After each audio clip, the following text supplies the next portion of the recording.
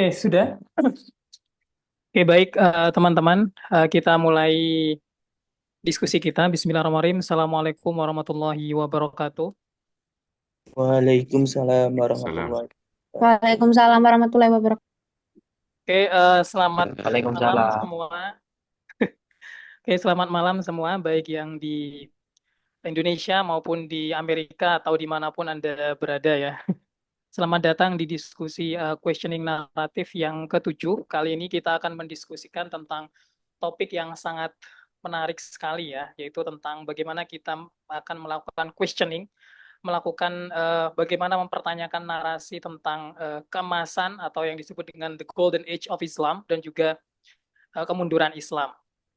Jadi mungkin bagi yang baru pertama kali mengikuti diskusi questioning naratif, jadi ini adalah diskusi yang insya Allah akan dilakukan setiap bulan dan kami ya di sini ada Mbak Lin Ifah Nafatufina dari ya dosen di UIN Sunan Kalijaga dan juga mahasiswa PhD di University of Chicago, dan saya sendiri adalah Afif Roman Sya'rani dari UIN Sunan Kalijaga, dan juga ada Mas Sawyer Martin French dari PhD juga di University of Chicago.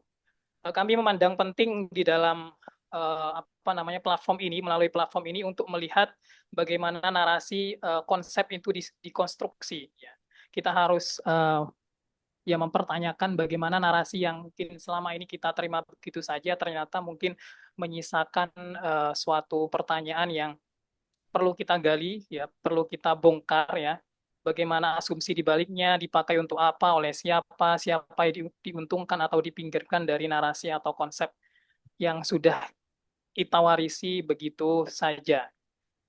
Baik, masuk ke dalam diskusi kita pada uh, kali ini mengenai kemunduran Islam. Ya. Kemunduran Islam, bahwa biasanya di dalam percakapan publik maupun di dalam dunia akademik intelektual ada semacam conventional wisdom, ada semacam apa ya, pengetahuan umum bahwa Islam itu mengalami kemunduran, jadi decline gitu ya. Jadi ada kemunduran Islam yang biasanya diasosiasikan dengan uh, periode pasca abad ke-11 yang biasanya juga dikaitkan dengan periode pasca Imam Al-Ghazali. Tapi seberapa valid sebenarnya teori tentang kemunduran Islam ini, dan apakah benar demikian? Siapa yang mengkonstruksi ini dan apa implikasi dan juga faktor-faktor penyebabnya di dalamnya ya. Ternyata diskusinya juga sangat menarik kalau kita baca. Mungkin bagi teman-teman yang belum tahu, di questioning naratif kita menyediakan beberapa bahan bacaan gitu ya Mbak.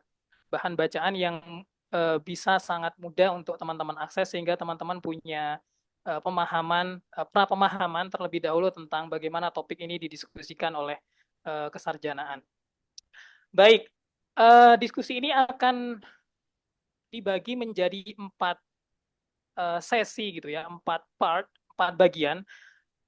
Bagian pertama kita akan mendedah tentang bagaimana konstruksi narasi kemunduran Islam. Jadi bagaimana sih konten atau apa namanya, narasi-narasinya seperti apa. Eh, itu bagian pertama. Bagian kedua kita akan mendiskusikan apa problemnya, apa yang menjadi apa ya, yang menjadi masalah, apa yang problematik dari problem ini ya, dari narasi ini.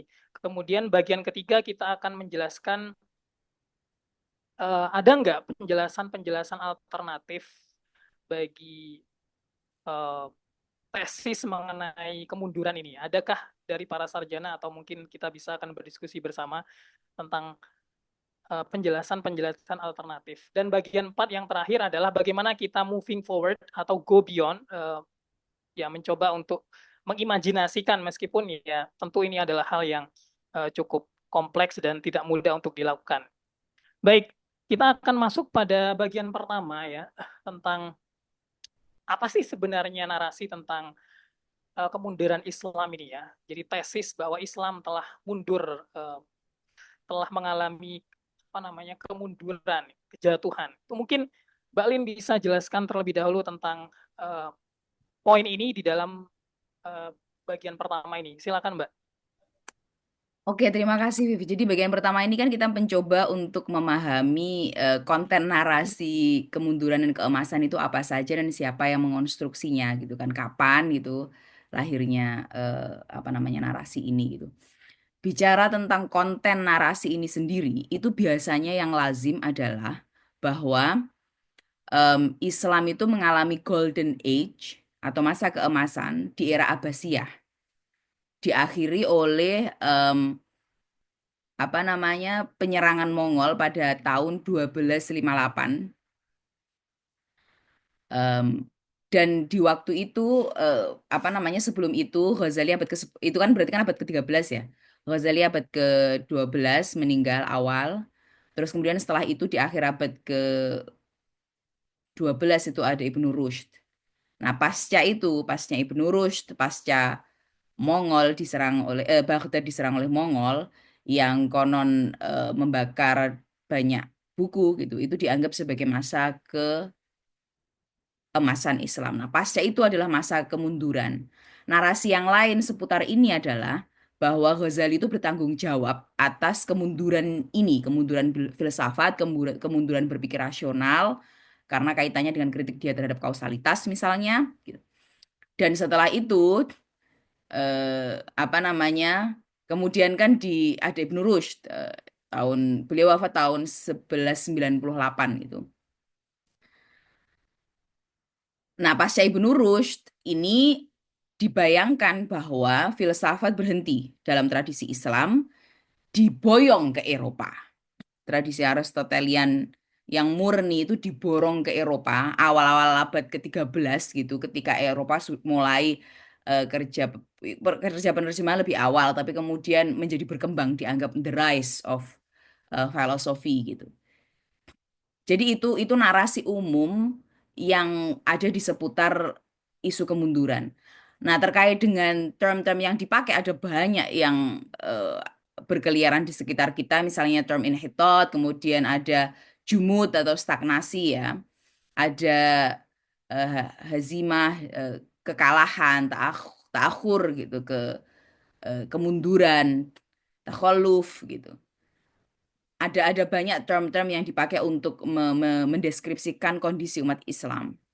Nah, kemunduran dalam bidang apa yang dimaksud? Wabil khusus mungkin yang sering dibahas dalam bidang sains, filsafat, tapi peradaban secara umum, militer juga tentu saja gitu.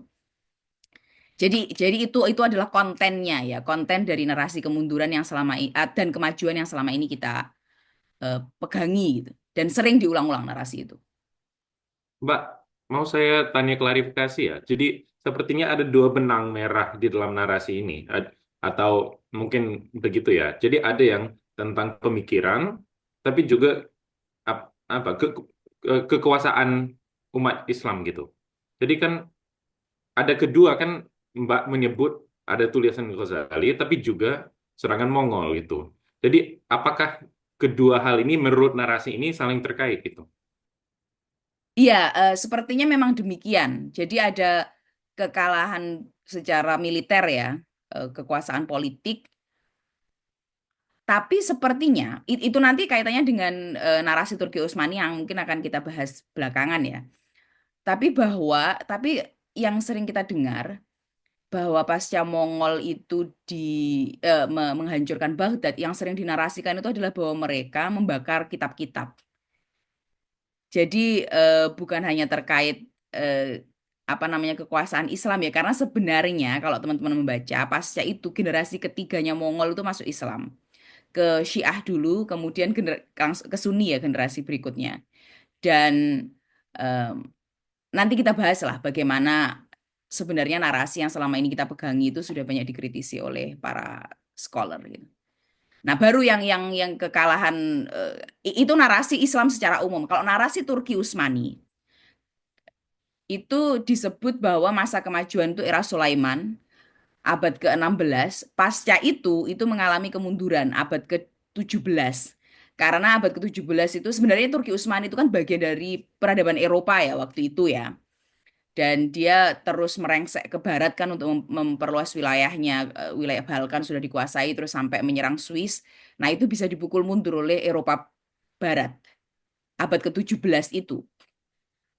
Nah, kekalahan militer itu sangat menyesakkan bagi Turki Utsmani dan membuat orang-orang Eropa Barat itu pede.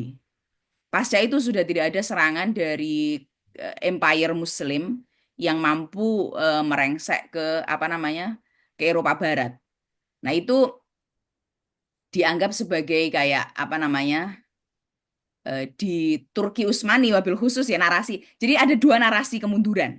Narasi kemunduran imajinasi narasi kemunduran dunia Islam secara umum, juga ada narasi kemunduran Turki Utsmani sebagai kekaisaran atau imperium besar terakhir ya di apa namanya di dunia Islam. Itu dianggap masa keemasannya adalah abad ke-16 itu, kemudian masa kemunduran 17 itu karena kekalahan militer salah satu faktor utamanya ya. Dari apa namanya mencoba untuk memperluas wilayah sampai Swiss tapi kemudian bisa dipukul mundur.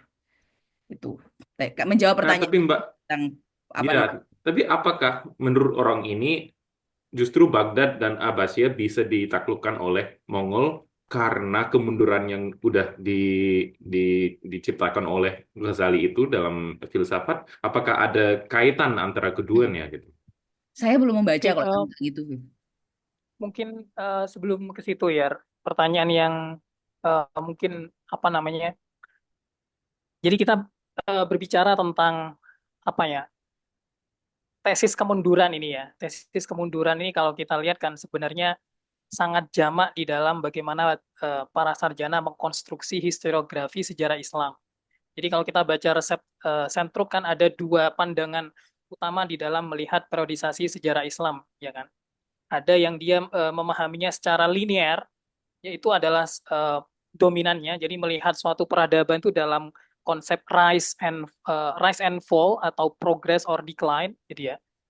Atau melihat suatu peradaban, sejarah peradaban itu secara apa ya namanya, secara sporadis, secara fragmented ya. Nah, ya, dan tesis bahwa umat Islam itu mundur itu kan diciptakan di dalam konstruksi arus kesarjanaan yang melihat sejarah itu secara linier gitu ya. Nah, mungkin sebelum kita nanti akan mendiskusikan apakah Ghazali adalah penyebab dari decline itu, mungkin kita perlu mengulik nih, seperti apa sih, bagaimana narasi ini dikonstruksi oleh kesarjanaan, Mbak? Mungkin bisa cerita tentang ya siapa yang mengendorse narasi ini, apa eh, diskusi yang ada di balik itu. Silakan Mbak Lin. Oke. Nanti semoga kita sampai ke pertanyaannya Sawyer ya di belakang ya. Cuman tadi saya sudah ceritakan bahwa abad ke-17 Turki Utsmani kalah ketika menyerang Eropa. Nah, itu di barat, di Eropa Barat itu adalah awal mula pencerahan. Jadi ada dua faktor, kekalahan Turki Utsmani atas Eropa dan permulaan abad pencerahan atau the Enlightenment itu ya. Nah, karena itu Eropa mulai melihat dirinya itu dalam kerangka progres. Ada pertumbuhan yang naik gitu. Narasi tentang waktu ini pergeseran konsep waktu juga yang di lain waktu insya Allah bisa kita bahas. Tapi apa namanya Eropa mulai melihat dirinya dalam kerangka progres dari apa yang misalnya narasinya mitis, teologis, kemudian rasional itu ya. Apa namanya bahwa ada rasionalisasi, liberalisasi, ada eh, apa namanya kekayaan material, perkembangan material yang berkembang, ada ekspansi politik yang berkembang versus nah, mereka melihat dirinya sebagai seperti itu dan ada rasisme juga ya, ada unsur rasisme juga di sini. Nanti akan kita bahas mereka melihat diri mereka seperti itu. Nah, ketika melihat Muslim, itu mereka mendefinisikan itu sebagai kemunduran. Kita maju, progres, mereka mundur, decline. Jadi itu apa abad ke-17 itu ya. Nah, kemudian pada abad berikutnya, abad ke-19, ada satu figur yang sangat penting namanya Ernest Renan. Itu dia menulis buku Averroes and Averroism, Ibnu Rushd dan Ibnu Rushdism. sebut saja begitu. Em, tapi sebelum itu di abad-abad sebelumnya di era pencerahan itu ada narasi juga misalnya bahwa ketika karena Barat sudah melihat dirinya sebagai progres ya. Jadi apa namanya yang tadi saya sampaikan filsafat di Muslim habis di Ibnu Rushd, kemudian berkembang di Barat seperti itu. Narasi Renan juga begitu, bahwa dengan kematian Ibnu Rushd filsafat Islam itu mati. Dan dia mengatakan problemnya adalah isu ortodoksi gitu. Dia kebetulan sangat benci dengan Katolik Ernest Renan ini. Jadi memproyeksikan apa yang yang kebencian dia ke Katolik itu dengan ketidaksukaan dia ke Islam dalam pengertian bahwa oh ya kayak di Katolik itulah gara-gara ortodoksi lah makanya Islam itu jadi mundur gitu. Ada figur lain juga di abad ke-19 ini namanya De Boer. Dia menulis buku pertama tentang sejarah filsafat Islam. Kalau yang tadi Renan fokus ke Ibnu Rushd ya. Narasi dia juga sama. Ibnu Rushd itu adalah puncak dari filsafat Islam, lalu filsafat pindah ke Eropa, bahwa Ghazali itu yang membuat apa namanya kemunduran filsafat Islam. Akhirnya dan narasi itu kemudian diulang-ulang oleh orang-orang seperti Ignaz Goldziher eh, dan beberapa orientalis, banyak orientalis yang lain. Mereka menganggap buku Tahafut Al-Falasifah itu dia sebagai apa namanya ekspresi Ghazali ketidaksukaannya terhadap filsafat yang itu menyebabkan kemunduran. Narasi itu terus diulang-ulang bahkan sampai sekarang dalam scholarship. Di tulisannya Ahmad Teguru juga mesti diulang-ulang gitu ya. Makanya kami di situ menampilkan review dari Florian Zemin yang cukup kritis. Nah, itu di kalangan orientalis. Nah, di kalangan muslim, narasi itu juga dibentuk, direproduksi, diulang-ulang, terutama sejak abad ke-19 itu ada Rifaat Tohtawi yang ada di bukunya El Syamsi juga dibahas, Ahmad El Syamsi Rediscovering Islamic Classics. Sayyid Ahmad Khan itu juga begitu. Narasi-narasinya Abdul Afghani. Kalau kita membayangkan abad ke-19, kita ada di dunia Islam, ada kekuatan Eropa datang. Secara formal penjajahan itu kan Perancis atas Mesir, siapa ya namanya? Akhir abad ke-18. Napoleon Bonaparte ya. Itu kan yang pertama. Napoleon, Mbak. Ya. Oleh Nah, itu Bonaparte. pasti umat Islam tercengang kan. Waduh, kita dikuasai melihat ada perkembangan teknologi yang sangat luar biasa. Respon umat Islam berbeda-beda tentu di abad ini, tapi orang-orang seperti Tahtawi, Said Ahmad Khan, Abduh itu gelisah gitu melihat itu, dan akhirnya mereka, misalnya Ahmad Khan menulis tentang sains dan Islam, atau Tawi itu yang menemukan dan mengedit, menerbitkan dalam cetak bukunya Ibnu Khaldun.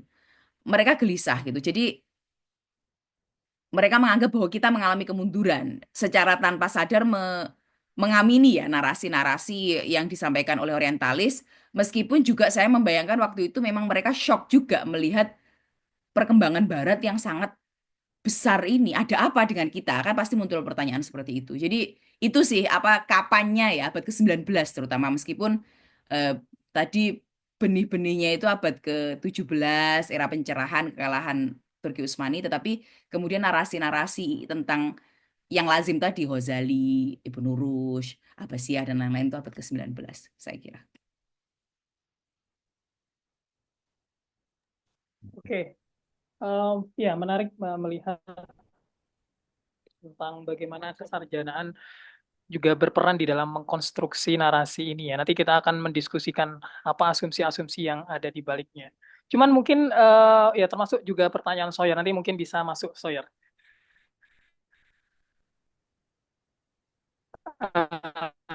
Ya, jadi apa ya?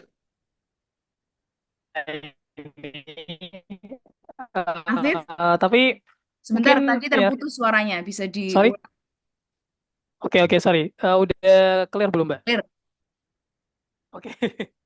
Oke, tadi sudah dijelaskan mengenai bagaimana peran kesarjanaan, terutama eh, sarjana-sarjana yang itu meneliti tentang sejarah filsafat Islam ya, bagaimana Barat memandang Islam, peradaban Islam lebih inferior dan peradaban Barat superior, dan itu dimulai sejak eh, ya abad ke-17 ya. Sehingga melihat Islam ya tak lain ya hanya kemunduran seperti itu. Ya. Tapi mungkin bisa dijelaskan lebih ya major factor ya yang itu eh, menyebabkan mengapa Islam itu mundur dalam narasi ini di dalam narasi apa namanya the decline thesis ini ya. Hmm. Apa sih eh, penyebabnya?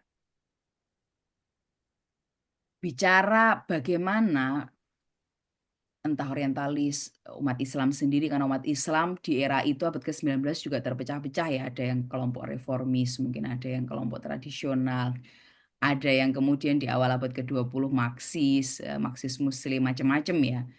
Jadi narasi ketika mereka melihat, akhirnya kan begini, di waktu itu sudah ada bayangan bahwa setelah Ghazali atau setelah Mongol lah, abad ke-13 sampai sekarang, itu kita mengalami kemunduran umat Islam.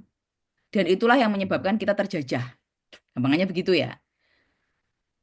Nah, narasi di antara orientalis yang tadi sudah saya spill juga, misalnya kayak Ernest Renan, problem utamanya itu adalah fanatisme atau konservatisme agama.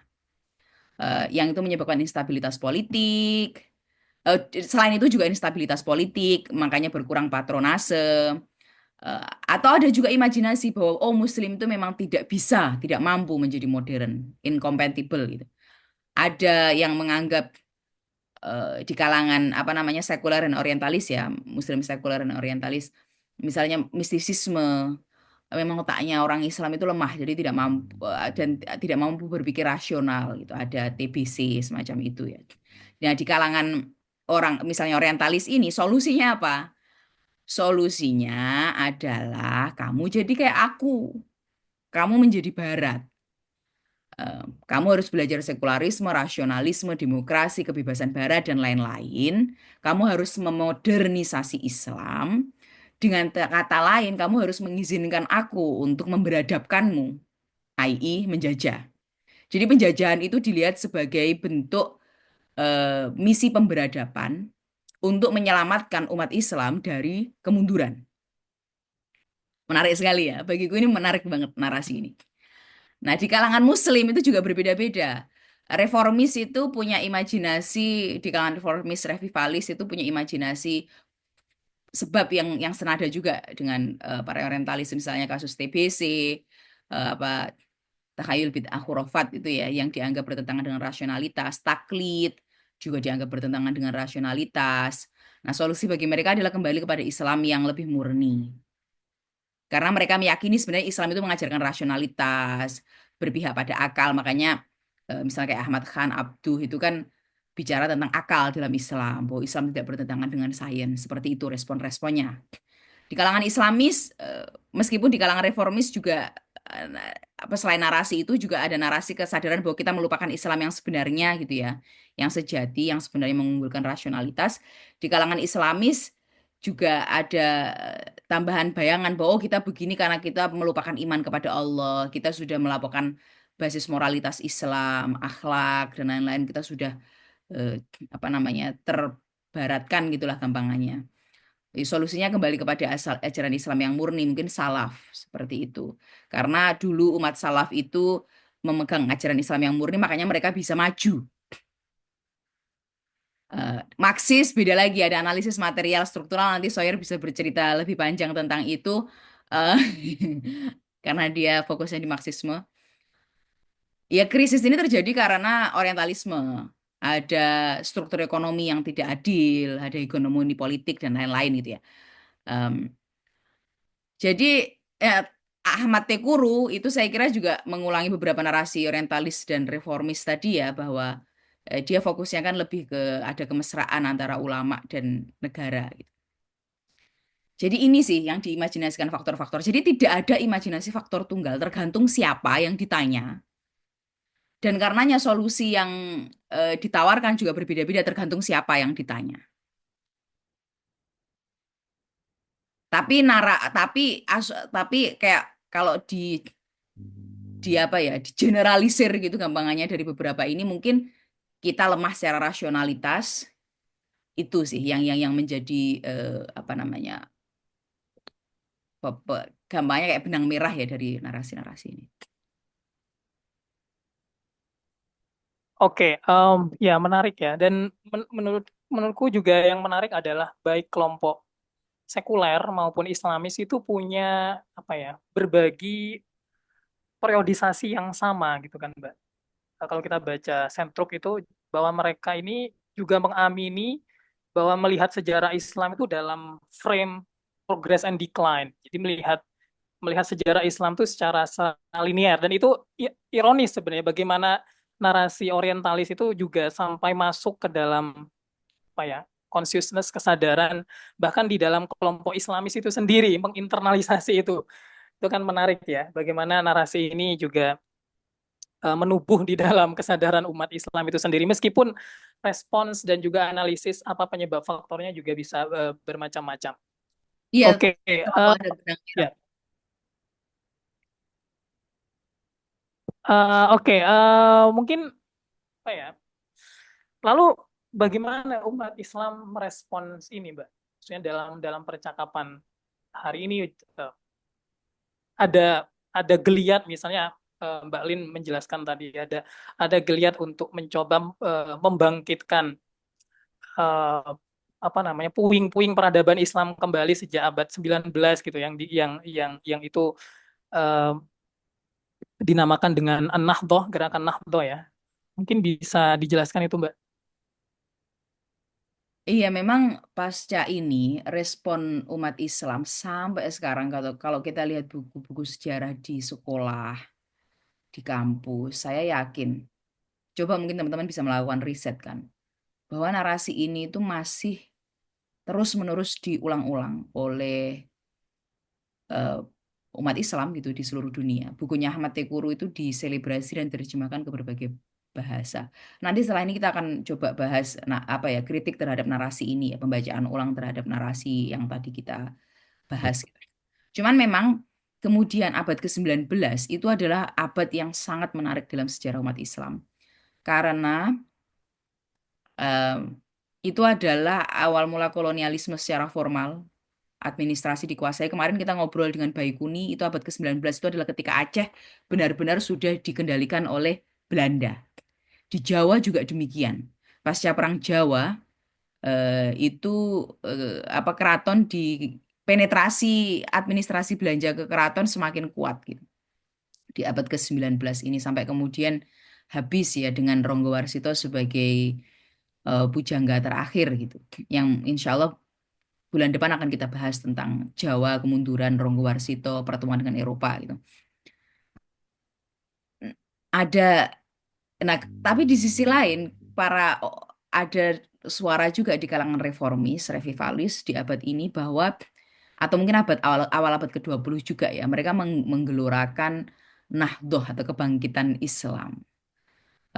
Mereka mengenalkan rasionalitas dalam Islam. Tetapi apakah demikian? Tentu ini menjadi pertanyaan besar gitu ya, karena itu juga adalah era di mana umat Islam itu mulai bergeser cara berpikirnya dalam melihat dunia, melihat waktu, melihat sejarah tadi misalnya linier gitu ya. Ada pertemuan antara dengan orientalis yang kemudian juga membentuk imajinasi kita tentang apa Islam itu sendiri. Kita mulai menggunakan kata ortodoksi, heterodoksi misalnya, yang itu sebenarnya adalah istilah yang lazim dalam tradisi Kristen. Eh, jadi iya seperti itu. Dan kayak misalnya Abduh itu kan, di ketika dia ke Eropa kan ada pernyataan tuh yang familiar ya, bahwa di sini aku menemukan Islam tetapi tidak menemukan Muslim. Di Mesir aku menemukan Muslim tapi tidak menemukan Islam. Ada ambivalensi gitu. Sebenarnya aku nggak suka dengan materialisme Barat, tapi kok Barat maju gitu. Ada ambivalensi. Ada kritik tapi juga ketakjuban. Meskipun ada di kalangan ulama tradisional itu yang tidak begitu ya, yang saya kira Ronggo Warsito nanti akan mewakili itu. Eh, Misalnya ada Syekh Tarekat Tijaniyah kalau nggak salah, Insya Allah Tijaniyah, beliau Ibrahim Niasse, itu ketika dia di Eropa, itu dia full total melihat bahwa pondasi dari peradaban Eropa ini shaky gitu, karena Mungkin bagi dia tidak ada Tuhan di situ. Jadi dari awal dia sudah tidak suka gitu dengan peradaban Eropa. Sikapnya agak tidak ambivalen gitu. Orang-orang seperti ini yang menurut saya jarang dibahas dalam tradisi Islam. Orang-orang yang sejak awal itu bisa mencium problem dari peradaban Eropa yang hari ini kita saksikan ya, misalnya kayak kerusakan alam dan lain-lain ya, kapitalisme, neoliberalisme itu. Ada ulama-ulama waktu itu tuh yang bisa mencium problem dari apa peradaban Barat ini yang abduh dalam titik tertentu dalam hemat saya belum bisa mencium waktu itu. Nah, kita perlu menggali pandangan orang-orang seperti ini dalam pertemuan dengan Barat itu respon mereka seperti apa. Makanya insya Allah minggu depan kita akan membahas Ronggo Warsito bersama dengan Mas Irfan Afifi kalau jadwalnya masih cocok. Oke. Oke. Nah, tapi Mbak, saya punya pertanyaan juga sih.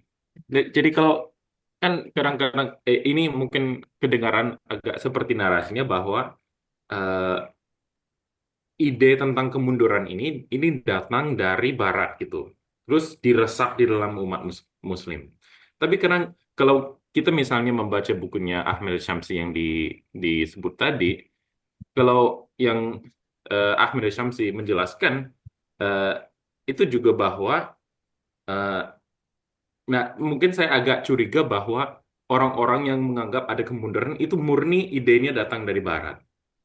Eh, Bukan berarti bahwa kita harus setuju sama mereka yang menganggap begitu, tapi kan juga kalau yang dijelaskan oleh Ahmad Syamsi itu, karena justru pas ke abad ke 15 itu yang mendominasi tradisi keilmuan Islam adalah teks-teks yang untuk pendidikan, matan syarah gitu, bahwa itu semua itu yang bisa disebut oleh Syamsi sebagai skolastik, yaitu sesuatu untuk menurunkan ilmu, bukan untuk perdebatan.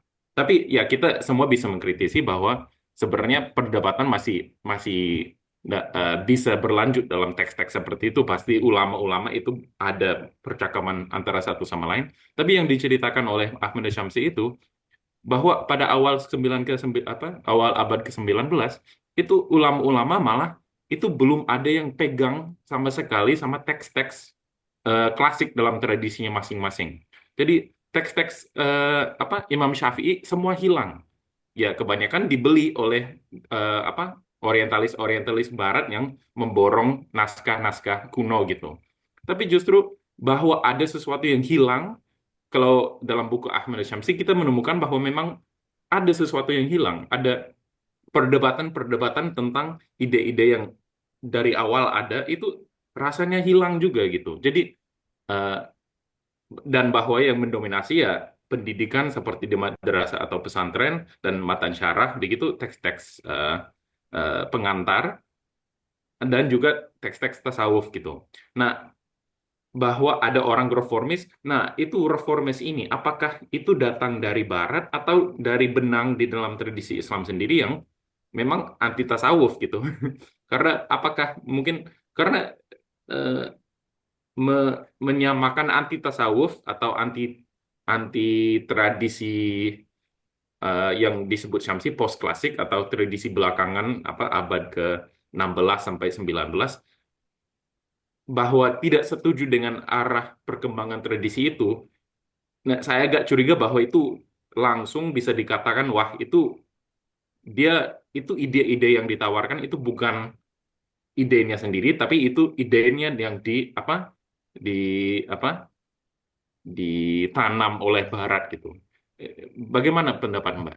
Oke, terima kasih itu pertanyaan sangat penting ya. Karena pada akhirnya memang em, we can only do so much kalau dalam bahasa Inggris ya. Maksudnya kita ya berusaha saja mencoba memahami zaman ini dan setiap scholar sarjana pasti akan punya pandangan yang berbeda-beda. Tetapi tadi sudah saya sampaikan bahwa memang era ini mungkin sebelum itu bahkan misalnya kayak Ibnul Wahab gitu ya, Abdul Wahab, namanya siapa sih yang pendiri Wahabi itu? Nama akhirnya kok malah bingung. Pokoknya Wahabi itu kan abad Muhammad ke-17 bin Abdul ya. Wahab. Yes, Muhammad Abdul Wahab. Kemudian ada terima kasih Mas Idrus. Kemudian ada Dihlawi itu sudah mulai ada keresahan-keresahan gitu ya. Tapi saya tidak yakin kalau narasi kemunduran itu sudah muncul waktu itu. Nah, eh, Rifa'ah Tahtawi itu yang banyak di buku ini Rediscovering Islamic Classics bisa di-download di Libgen. Jangan bilang siapa-siapa, itu websitenya Rusia. Nah, itu saya tadi sudah menyebutkan bahwa memang orang-orang ini dan Rifa'ah Tahtawi itu sesama dengan Renan lah, gampangnya begitu. Saya tidak tahu apakah mereka sempat ngobrol, apakah dia baca buku dari Jerman, dari Eropa Barat, apakah bagaimana, saya belum membaca detail tentang itu. Tetapi seperti yang saya sampaikan tadi, saya juga membayangkan bahwa orang-orang ini punya kegelisahan yang jujur gitu, melihat kondisi Islam yang kalah secara politik. Mungkin dia melihat bagaimana di waktu itu bisa jadi tasawuf itu dipakai untuk hal-hal yang apa namanya yang bertentangan dengan reason, meskipun banyak yang ada yang membantah juga tentang itu, nanti akan kita bahas gitu. Jadi mereka juga punya kegelisahan melihat kondisi umat Islam gitu. Tetapi apakah mereka kemudian ada dialog dengan reformis itu yang secara langsung ya kita perlu membaca sejarah hidupnya Rifa'ah Tahtawi misalnya. Kalau dalam bukunya Lafan ya kalau nggak salah yang The Making of Indonesian Islam itu kan dia menjelaskan bagaimana narasi reformis dengan narasi orientalis tentang Islam itu kayak tumbuh ketemu tutup kalau kata orang Jawa. Plek. Nah, apakah mereka ada komunikasi? Narasinya Senok dengan narasi-narasi reformis, apakah mereka ada komunikasi ataukah kok tiba-tiba mereka punya standar framework yang sama dalam melihat kondisi? Itu pertanyaan yang silakan teman-teman audiens juga telusuri lebih lanjut karena ruang ini kan hanya untuk Tapi memantik. memang ada itu kan. Iya, Kan kalau dalam buku Lafan itu memang kalau Snook Sandama sama Said Usman di Jakarta kan ya memang sahabatan dan saling saling menguntungkan untuk karena Snook juga menganggap bahwa tasawuf itu berbahaya dan dia ingin apa memberdayakan orang-orang reformis untuk memerangi itu kan. Jadi bahwa ada persekutuan antara pihak kolonial sama pihak reformis memang tidak terbantahkan. Tapi ya, ya, jadi tapi mungkin juga ada satu unsur dalam pemikiran reformis yang tidak bisa sama sekali direduksi ke kolonial kan. mungkin iya mungkin bahwa saya membayangkan sangat wajar kalau gelisah orang waktu itu karena melihat aduh Barat kok kayak gini, kita kok kayak gini, itu pastilah sulit untuk tidak butuh seorang jenius untuk membayangkan bahwa mereka gelisah gitu. Tapi pada saat yang sama seperti yang saya sampaikan ada orang yang bisa mencium oh ada masalah di dalam peradaban Barat yang sangat mendasar gitu. Saya tadi mau ngomong sesuatu tapi lupa. Nah, kenapa? Ini sepil mungkin akan menjadi salah satu tema question yang relatif entah edisi berapa, jangan ditanya. Kenapa tasawuf itu didemonisasi waktu itu? Karena mereka ada di garda depan perlawanan terhadap penjajahan, terutama di Perancis, di wilayah jajahan Perancis. Tijaniyah itu powerhouse, kekuatan besar melawan penjajahan. Mereka dilabeli sebagai Islam yang buruk eh, atau Islam yang pemberontak gitu. Dan saya curiga bahwa narasi-narasi bahwa oh tasawuf itu orang tasawuf itu fanatik, apa namanya dia itu tidak rasional, tidak mau diberadabkan, berontak. Artinya kamu tidak mau menjadi rasional, belajar rasional dari kita. Jadi pengebirian dan pendemonisasian pembunuhan karakter tasawuf di era itu ada kaitannya dengan tasawuf, tarekat sebagai gerakan perlawanan. Di Jawa apa namanya di Ponorogo dan Syatariah itu adalah orang tarekat juga. Tapi kita bahas lebih lanjut nanti. Ini bukunya ya teman-teman ya. Silakan Viv bisa dilanjut.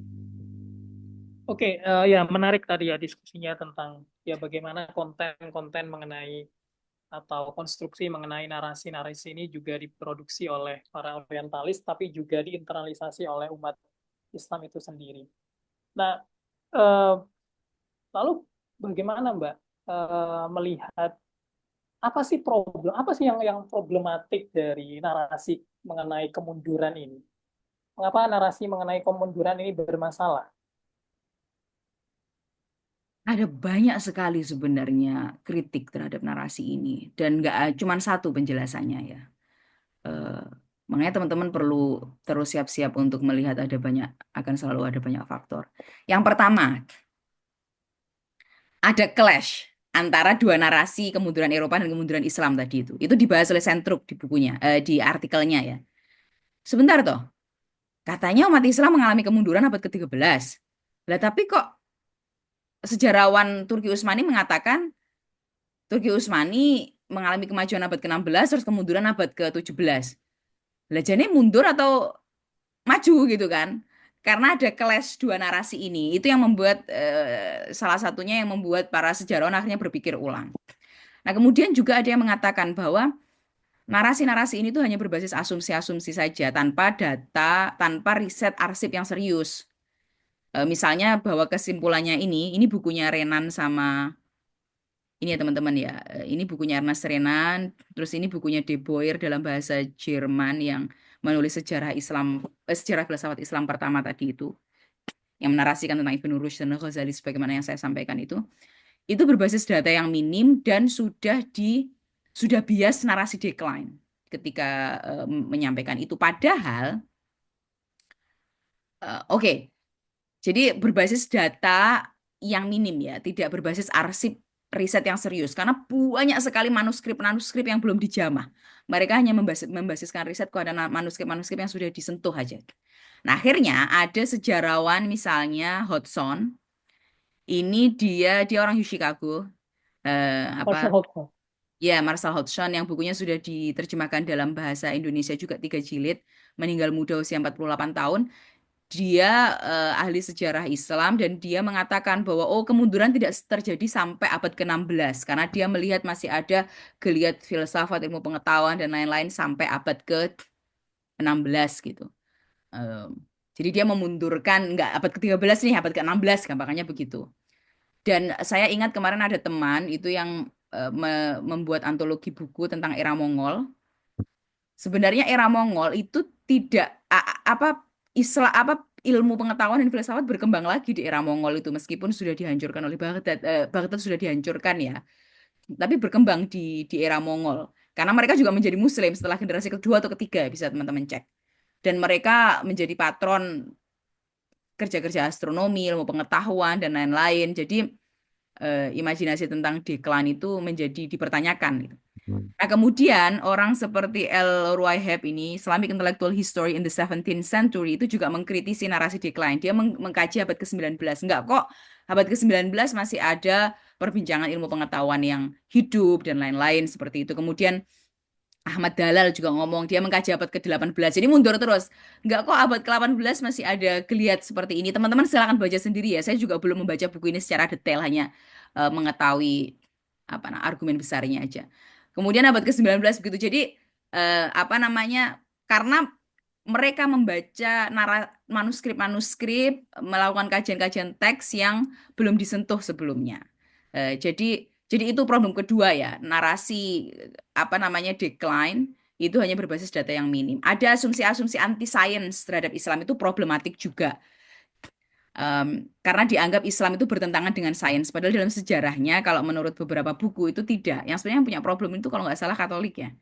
Tapi diproyeksikan ke Islam. Saya kadang juga heran kok bisa kita mengimajinasikan kita anti sains gitu. Dan Ghazali yang disalahkan ya karena dia mengkritik kausalitas. Padahal nggak gitu juga gitu. Buktinya di Mongol ilmu pengetahuan masih berkembang. Ada buku-buku misalnya Ahmad Dalal ini Islam, Science and the Challenge of History. Ini ada buku Revealed Sciences mengkaji ini buku ini baru terbit tahun 2021 mengkaji seorang figur tarekat namanya Al-Yusi dari Maroko yang dia juga adalah ahli astronomi. Bagaimana Zawiyah itu juga menjadi pusat penelitian gitu. Nah, silakan teman-teman baca sendiri. Ada ini misalnya Islamic Science and the Making of European Renaissance, George Saliba, bagaimana Copernicus itu membangun argumentasi matahari sebagai pusat tata surya itu ada jaringan ilmu pengetahuan dari Turki Utsmani, kemudian dari Andalusia, kemudian ke Eropa gitu. Ini Robert Morrison ini menjelaskan bagaimana figur An-Nisaburi itu adalah seorang mufasir juga sekaligus ahli astronomi dan lain-lain ya. Mungkin memang ada kesan apologetik ya dari beberapa buku ini ya, tetapi mereka berusaha untuk menunjukkan bahwa mereka mempertanyakan narasi bahwa Islam dan sains itu bertentangan. Silakan teman-teman baca sendiri yang buku-buku itu ada di list website questioning naratif ya. Kemudian asumsi yang lain bahwa Islam anti filsafat. Sudah kalau sehari ini ya, kalau kita ngomong bahwa Ghazali itu bertanggung jawab atas kemunduran filsafat Islam, itu banyak orang yang tertawa terus terang. Karena sudah banyak sekali riset yang nggak kita yang nggak kita baca, yang menjelaskan bagaimana tasawuf pasca Ghazali itu masih berkembang dengan pesat. Dan ini sebenarnya juga diakui oleh sarjana Eropa abad ke-17. Em, Misalnya di bukunya Frank Grifel yang datanya itu saya sebutkan ya, bahwa dalam sebentar saya share biar teman-teman punya imajinasi apa namanya buku yang mana gitu. Give me a second. Yang bagian ini menjawabnya agak panjang karena banyak. Nanti teman-teman bisa apa namanya ikut merespon juga. Ini buku ini. Jadi dia lebih tua. Kalau ini kan abad ke-19 ya dan awal 20 atau akhir abad ke-19. Ini lebih tua. Jadi ini buku tentang filsafat. Ini masih ada ini awal abad ke-17. Dia ada sekitar 100 sampai 200 filsuf muslim dalam indeksnya ini tentang sejarah filsafat ini. Dan di situ Ar-Razi, kemudian entah figur siapa lagi itu dibahas. Di sini ini bahasa Perancis, Oriental Bibliothèque ya. Itu di situ disebutkan ini dari akhir abad ke-17. Itu disebutkan bahwa figur-figur seperti Fakhruddin Ar-Razi, Nasiruddin At-Tusi, kemudian Mulla Sadra, ada beberapa filsuf dari Turki Utsmani juga itu didata karya-karya mereka itu. Nah, ini yang menjadi menarik. Kenapa kok kemudian di eranya Ernest Renan dan De Boer itu nama-nama ini itu sudah hilang karena nama-nama itu kayak Rozi kayak seakan-akan kan mereka udah bukan filsuf nggak ada nama-nama ini gitu loh. Em, Apakah karena mereka sudah terperangkap kerangka decline di era ini atau bagaimana itu juga menjadi pertanyaan yang menarik. Oke, tadi ada beberapa problem ya sudah saya sampaikan. Problemnya adalah mengasumsikan Islam anti sains padahal enggak, Islam anti filsafat padahal enggak gitu. Padahal filsafat masih berkembang pasca itu dalam bentuk hikmah, dalam bentuk kalam. Justru Ghazali, ini saya sudah dengar dari Yahya Misho ketika saya S2 dulu, 10-an tahun yang lalu ya, bahwa Ghazali itu adalah orang pertama yang menaturalisasi filsafat dalam keilmuan Islam. Akhirnya filsafat masuk ke kalam, filsafat masuk ke tradisi hikmah ya, karena falsafah dalam bahasa Arab pasca Ghazali itu sudah menjadi sama dengan Ibnu Sina. Dan pasca Ghazali, karena Ghazali mengkritik Ibnu Sina, filsafat itu berkembang mereka, entah ada yang mengkritik Ghazali, ada yang mengkritik Ibnu Sina, kayak begitu. Dan falsafah di kepala mereka itu menjadi Ibnu Sina. Kayak misalnya kita membayangkan filsafat itu Marxisme gitu loh. Kata filsafat itu hanya merujuk pada Marxisme. Padahal ada tradisi-tradisi filsafat lain yang berkembang. Nah, dalam tradisi Islam, tradisi filsafat yang lain itu disebutnya hikmah. Jadi mungkin kata falsafah jarang ada, tapi hikmah menjadi hikmah. Eh, dan dalam kalam juga. Jadi sebenarnya apa namanya tasawuf tidak benar-benar tidak hilang dalam pasca Ghazali dan itu sudah banyak sekali scholar yang mengkritisi itu. Oke, masih ada 4 problem. Semoga teman-teman belum mabuk ya. Yang pertama yang kemudian problem yang lain adalah apa namanya problem dari narasi kemunduran ini adalah ada faktor rasisme. Jadi orang-orang Eropa orientalis ini membayangkan bahwa yang mampu berpikir abstrak dan rasional itu hanya orang kulit putih. Selainnya itu tidak mampu mereka. Di pertemuan kemarin dengan Baikuni kita sudah membahas bagaimana rasisme itu menjadi basis tata dunia baru abad ke-19 yang diekspor ke seluruh belahan dunia ya. Bagaimana mereka menganggap orang-orang Aceh itu sebagai inferior, tidak mampu berpikir, mereka perlu diperhadapkan. Narasi-narasi semacam itulah, teman-teman. Nah, ada racial superiority yang menjadikan narasi ini muncul. Misalnya di bukunya Hegel, di bukunya siapa ya, yang eh, ada beberapa filsuf abad pencerahan saya lupa itu mereka mengatakan bahwa apa ini Ibnu Sina filsuf-filsuf Muslim itu sebenarnya bukan filsuf yang orisinal, mereka itu cuma penerjemahnya Aristoteles tanpa dibaca dengan sangat serius gitu. Atau misalnya bahwa teolog Kristen abad-abad itu ada nama-nama kalau teman-teman familiar, Thomas Aquinas, Anselm, itu dianggap sebagai filsuf.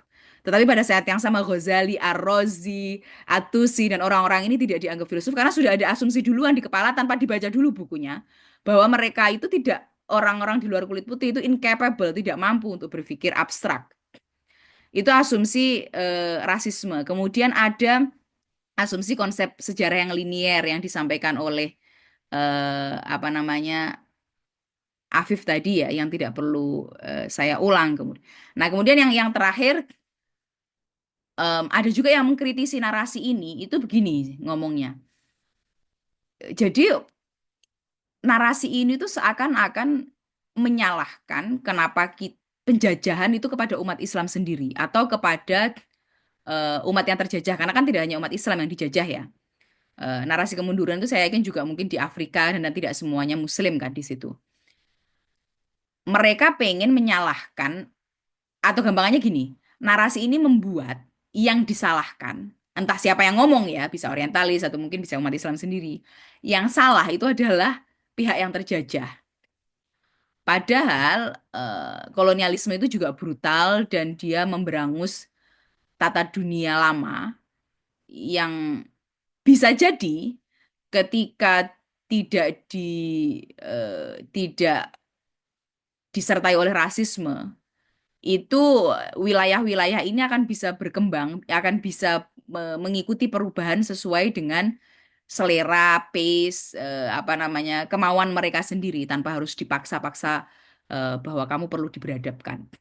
Nah, apa namanya, poinnya utamanya sih sebenarnya adalah bahwa kita akan selalu sulit untuk membuat grand teori tentang apapun ya, grand teori ke masa keemasan, masa kemunduran, eh, seperti yang coba dilakukan oleh Ahmad Ahmad Tikuru atau siapapun, sulit untuk dipertahankan karena umat Islam itu sangat luas. Ketika kita ngomong Islam, Islam yang mana di Turki Utsmani akan beda dengan di Jawa, akan beda dengan di India, akan beda dengan di Maroko di waktu yang sama. Eh, jadi itu ya, apa saya mengundang teman-teman untuk jeli gitu. Ketika kita masuk ke narasi besar sih di wilayah mana? Emang dulu konteksnya seperti apa? Dan masih banyak sekali naskah-naskah, sejarah-sejarah yang belum digali. Kita aja Jawa itu kayak gimana masih banyak yang belum paham. Prakolonial ya kan. Nusantara kayak gimana prakolonial masih banyak yang belum paham. Jadi masih banyak PR kita untuk menggali khazanah-khazanah ini. Ya, ya menarik ya Mbak. Jadi sangat menarik bagaimana ya sebenarnya uh, tidak mudah untuk menjelaskan major factors ya. Faktor utama mengapa umat Islam mengalami decline, kemunduran dan fakta bahwa ternyata dan ini sudah banyak didiskusikan oleh para sarjana misalnya melalui risetnya Centrock bahwa ya sebenarnya narasi tentang decline ini sebenarnya hanyalah ya konstruksi orientalis belaka yang itu tidak didasarkan pada riset memadai dan hanya didasarkan pada basis-basis asumsi Eurocentrisme ya, Eurocentrisme dan ya apa rasialitas bahwa Barat adalah yang apa yang superior dan lain sebagainya. Nah, ini menarik ya. Orang yang mengamini bahwa umat Islam itu mengalami kemunduran itu biasanya mengatakan bahwa faktor utamanya itu adalah eh, cultural decline ya. Jadi misalnya apa Centrook membedakan antara dua decline. Yang pertama adalah cultural decline. Jadi apa kemunduran secara kultural yaitu adalah kemunduran di dalam tubuh internal umat Islam sendiri ya. Kemudian ada eh, apa namanya military decline. Jadi kemunduran di dalam wilayah militer ya. Orang yang mengamini bahwa umat Islam itu mundur, yang mengamini bahwa tesis kemunduran ini itu adalah suatu fakta, itu akan mengatakan bahwa eh, ya wajar mereka dijajah karena memang sudah bodoh dari sononya gitu. Kasarannya seperti itu. Jadi military decline itu adalah outcomes dari cultural decline, ya kan? Nah, ini menarik, which is ya ini sebenarnya masih sangat sangat debatable dan para sarjana membuktikan itu didasarkan pada asumsi-asumsi. Mungkin kita bisa diskusikan ada nggak alternatif pembacaan yang mungkin lebih lebih mencerahkan gitu ya Mbak ya. Yang lebih mencerahkan ya kalau kalau bukan decline, em, kalau bukan kemunduran ya, terus apa gitu ya? Apa sih sebenarnya yang dialami umat Islam? Apa sih faktor utamanya ya? Ya kalau bukan eh, rasionalitas, bukan filsafat yang mati, sebenarnya apa sih yang terjadi? Ada nggak faktor-faktor alternatif, faktor-faktor penjelas alternatifnya? Itu pertanyaan yang sangat sulit untuk dijawab, Viv, sebenarnya. Karena memang nggak mudah ya nggak sih? Saya sendiri juga masih mencari-cari terus terang ya jawaban dari itu. Tapi misalnya kalau Sentruk itu dia mengatakan Khaldunian paradoks kan tawaran dia ya bahwa Ibnu Khaldun itu memang bicara 5 fase apa namanya perkembangan sebuah peradaban ya. Dari yang muncul terus kemudian Sophia apa terus kemudian rise terus ketika rise itu menjadi terlupakan faktor-faktor yang lain hanya fokus ke satu faktor misalnya militer atau apa jadinya ilmu pengetahuan lupa atau satu faktor ilmu pengetahuan militer lupa atau apa gitu terus akhirnya decline tapi Ibnu Khaldun tidak membayangkan narasi sejarah linier yang naik terus gitu ya seperti apa namanya narasi sejarah Eropa. Nah, iya, kayaknya Sentruk mencoba menjelaskan istilahnya kekalahan secara militer Imperium Muslim itu ya dalam kerangka Khaldunian paradoks tadi itu ketika rise kemudian mundur. Tapi saya juga belum terlalu memahami narasi itu gitu ya. Tentu saya tadi ketika mengatakan bahwa ada kita mencoba untuk menggali konstruksi narasi kemajuan dan kemunduran, itu tentu saya tidak mengatakan bahwa umat Islam terus tidak perlu melakukan otokritik ya. Kita juga perlu ngerayangi. Oh, memang kita mengalami mungkin kita perlu jadi umat yang lebih cinta pada ilmu pengetahuan gitu, lebih serius belajar dan lain-lain gitu ya. Eh, saya tidak mengatakan bahwa kita tidak perlu memperbaiki diri sama sekali dan kemudian menyalahkan orang lain gitu, enggak. Tapi kita kan tetap perlu melihat konstruksi narasi itu memang secara faktual dimunculkan oleh orientalis gitu ya. Ada juga di kalangan umat Islam yang kita perlu menggali apakah ada koneksi antara keduanya dan lain-lain gitu. Nah, narasi yang berikut ini nanti Sawyer yang akan bisa menjelaskan. Dia kaget. Tapi aku kasih clue, aku yakin Sawyer akan bisa menambah insya Allah. Jadi begini yang tadi belum sempat saya sampaikan. Narasi decline itu kan tadi kita banyak ngomong di abad ke-19. Yang kemudian mengimajinasikan abad ke-18, 17, 16 itu sebagai era kemunduran. Makanya kita 19 dijajah kan gitu. Memang narasi-narasi tentang inhitot atau takhalluf itu sudah itu banyak dibahas di era-era ini oleh figur-figur seperti Abduh dan lain-lain. Tapi narasi ini mengemuka lagi itu pasca kekalahan Perang Arab di tahun 1967. Itu cerita yang akan sangat panjang lagi itu bagaimana orang Arab, bagaimana Palestina perang melawan Israel kan waktu itu negara-negara Arab perang melawan Israel kalah telak itu nampar banget negara-negara Arab waktu itu dan umat Islam kok iso wae dhewe kalah dipermalukan seperti ini. Kita benar-benar perlu bebenah, kita mengalami kemunduran yang total. Nah, itu narasi-narasi ini muncul lagi di era ini. Nah, dan jawabannya ya sama tadi, ada yang Islamis ngomong apa, kemudian kalangan Marxis ngomong gimana, sekuler ngomong gimana, dan lain-lain itu mirip-mirip lah dengan yang tadi kita udah obrolkan ya, dengan narasi-narasi awal abad ke-20. Nah, salah satu orang yang menurut saya memberikan alternatif penjelasan yang cukup menarik itu namanya Mehdi Amel. Dia seorang Marxis Arab yang sangat terkenal, paling prolifik. Nah, saya sarankan teman-teman untuk membaca itu. Dia membaca tentang takhalluf itu adalah bahwa ada krisis. Saya juga tidak tahu apakah saya sendiri juga masih bertanya apakah term yang tepat itu kemudian adalah krisis ya atau kemunduran atau keterbelakangan atau apa gitu. Mungkin krisis ya mungkin ya. Kalau saya lebih suka krisis sih. Silakan teman-teman eh, mungkin saya juga akan berubah setelah ini. Silakan teman-teman pikirkan apa term yang kira-kira pas. Karena kalau kemajuan kemunduran itu terlalu kualitatif gitu loh. Saya kurang tahu ya loh. Krisis itu kan ya secara faktual memang kita mengalami krisis gitu. Em, Atau kemunduran itu kan mungkin seolah-olah itu terjadi dengan sendirinya bahwa dulu Islam maju, sekarang mundur gitu. Tapi betul. krisis itu juga menentukan agency itu juga di luar di imperialisme di segala macam gitu mungkin. Semakin memantapkanku untuk menggunakan kata krisis. Nah, saya tidak tahu. Nah, Mehdi Amel itu bercerita bahwa ada problem mendasar kenapa umat Islam sampai di titik ini, sebut saja begitu. Yaitu apa? Problem kapitalisme dan ketergantungan struktural, ketergantungan terhadap imperial. Jadi bagaimana ketika umat Islam itu atau dijajah, negara bangsa itu kan seturut dengan kapitalisme dan mereka membuat sistem kehidupan yang membuat kita tidak bisa lepas dari kapitalisme. Dan kita bergantung bahwa sekarang lah kita lihat kita kan menganggap penjajahan sudah selesai padahal banyak orang mengatakan belum kan. Kita mengalami ketergantungan ekonomi kepada negara-negara mantan penjajah gitu. Sampai sekarang kita masih hutang. Kalau kita mau misalnya kalau kita mau bikin mobil sendiri entah gimana caranya supaya kita nggak bisa bikin mobil itu supaya kita bisa beli dari mereka. Ada berbagai Sebentar, faktor yang berkelindahan di aku situ habis selesai makan sih sebenarnya. Si Farhan sudah pulang. Sorry, sorry. Oke. Gimana ya kalau sampean menjelaskan ini gimana? Sampean yang lebih fasih menjelaskan Marxisme itu. Saya kira penjelasan Amel bisa sampean itu.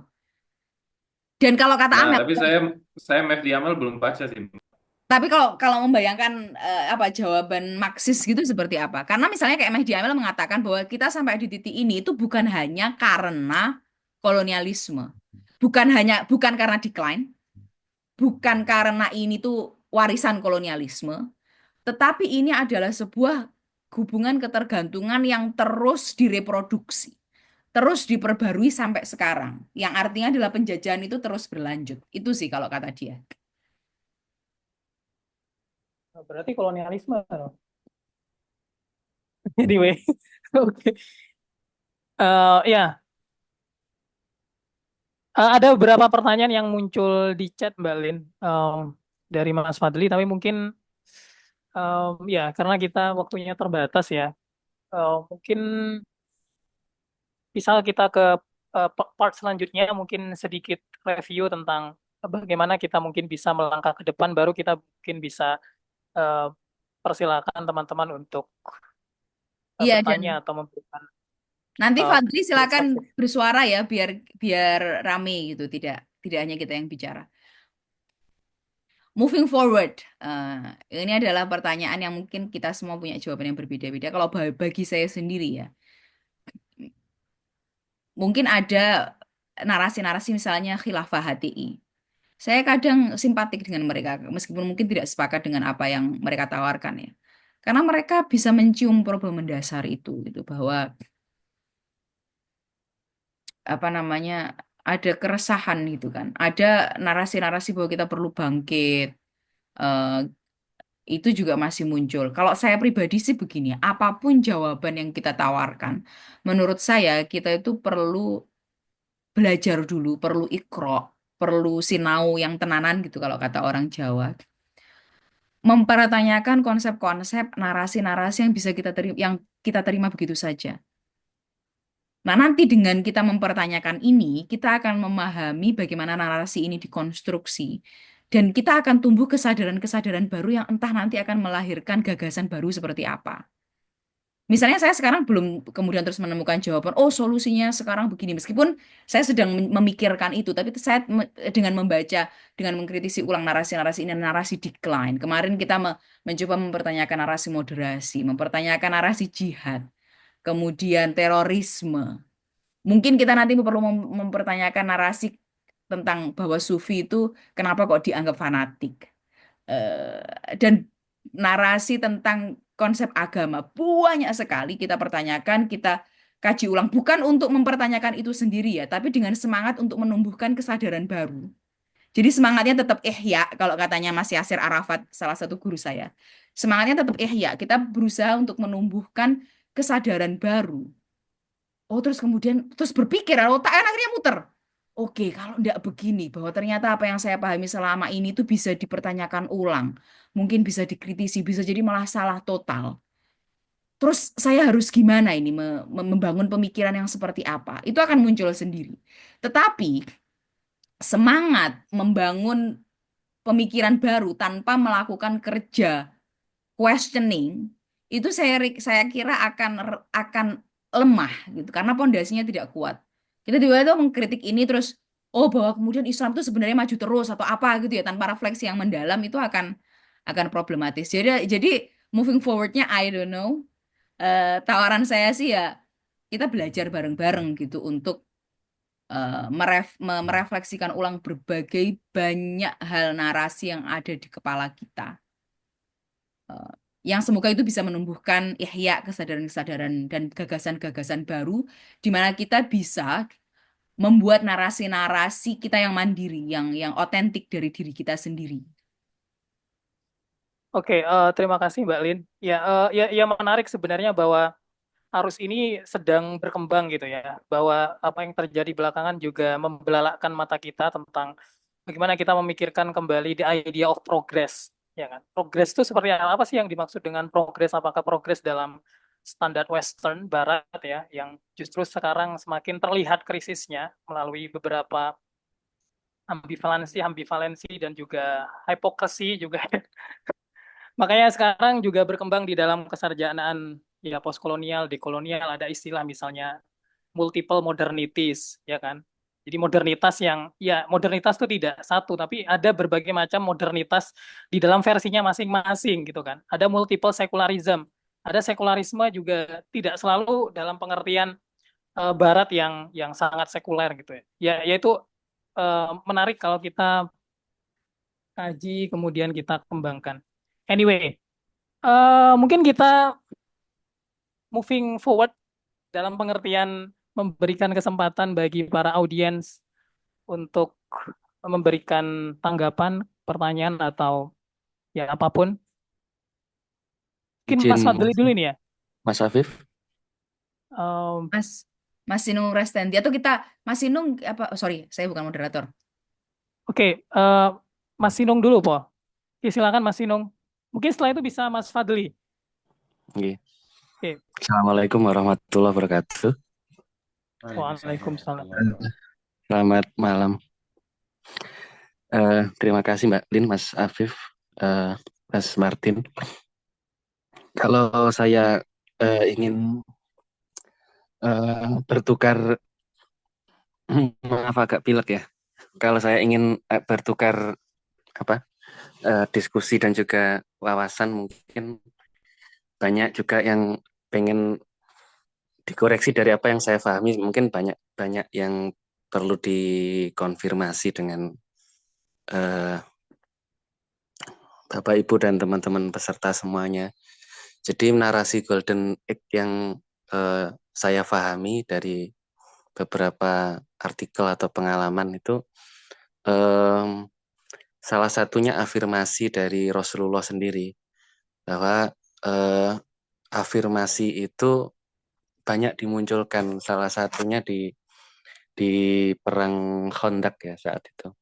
Di perang Khandaq itu sambil serius dan bercanda, beliau mengatakan bahwa kemenangan Islam itu akan sampai ke Syam. Kemenangan Islam itu akan sampai ke Konstantinopel. Dan itu diamini juga dari beberapa riwayat bahwa ternyata penaklukan Syam itu tidak di masa Rasulullah. Masa Rasulullah itu Islam itu hanya 114.000, bahkan tidak mayoritas di Madinah. Dalam arti narasi Golden Age Islam menang itu afirmasi positif yang dimunculkan Rasulullah mulai dari sejarah yang beliau lakukan. Penaklukan Syam itu pada masa Khalifah Umar, artinya Rasulullah sudah wafat. Kemudian bahkan Konstantinopel itu di masa Al-Fatih itu jaraknya 700-800 tahun berikutnya. Jadi saya melihat bahwa sebenarnya Golden Age itu narasi iya, tetapi itu bagian dari narasi afirmasi dari Rasulullah itu sendiri. Nah, kalau melihat dinamika sebenarnya Islam itu kemunduran maju dan masa keemasan itu naik turun. Kalau yang saya lihat itu sebenarnya 1 detik setelah Rasulullah wafat itu dinamika terjadi.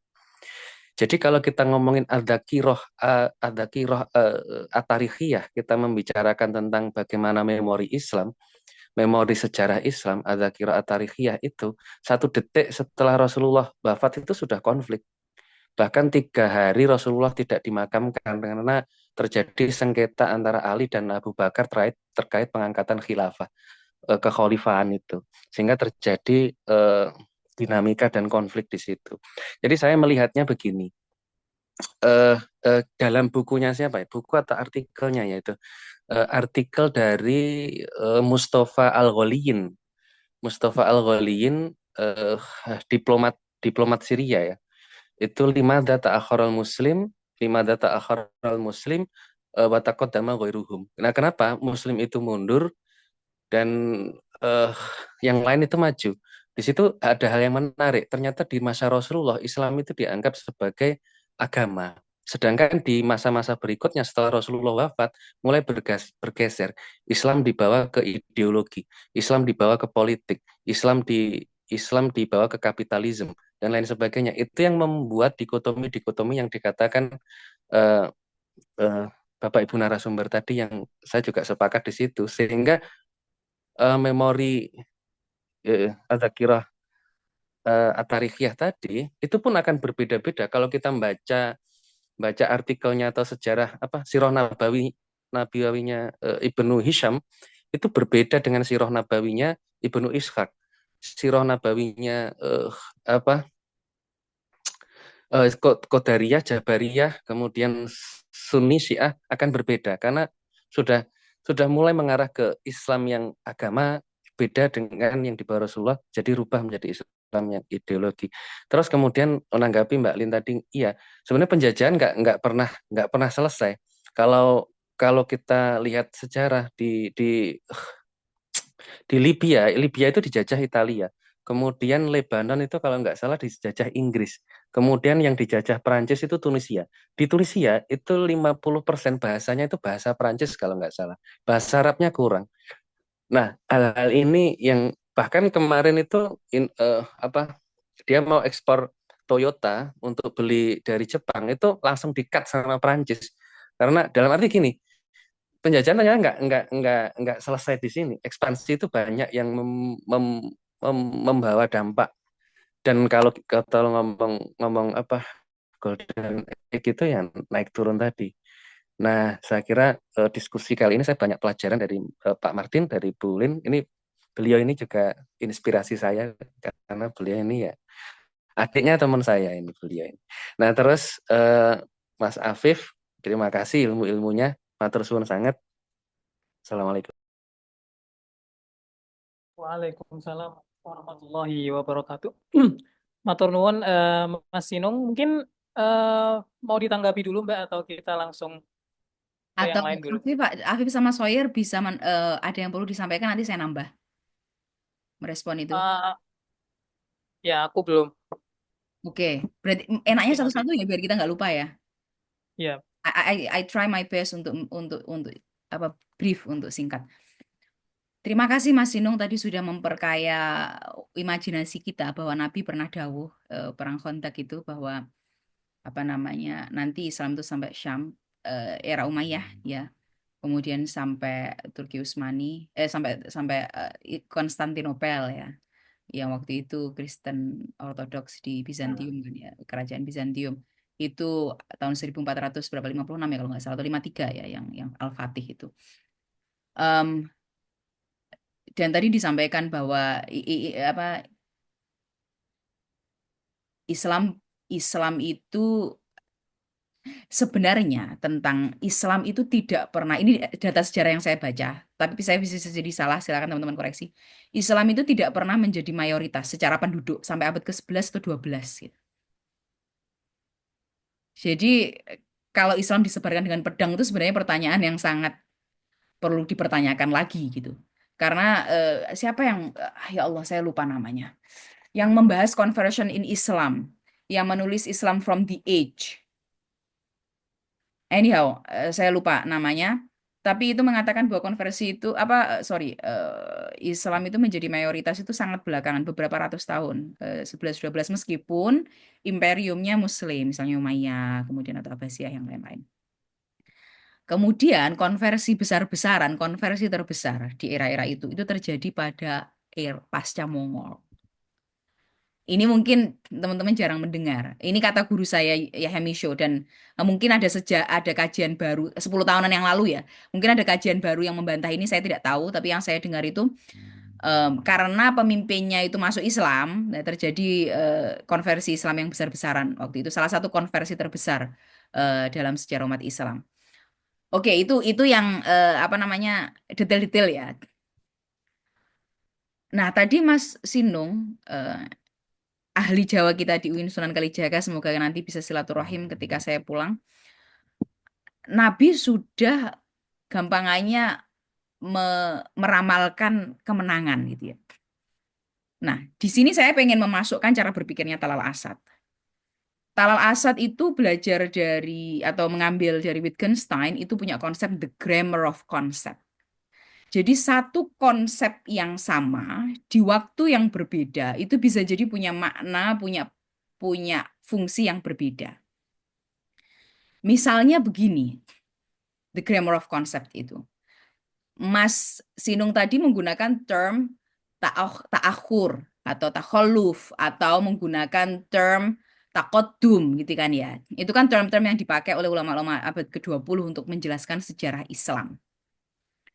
Kemudian the golden age gitu ya. Kita perlu bertanya, narasi ini muncul kapan? Nah, term takodum itu saya yakin term yang sangat modern, mungkin abad ke-19 muncul. Karena merespon term progress yang baru muncul juga sebagai konsep abad ke-17 maybe, atau mungkin before, I don't know, di barat.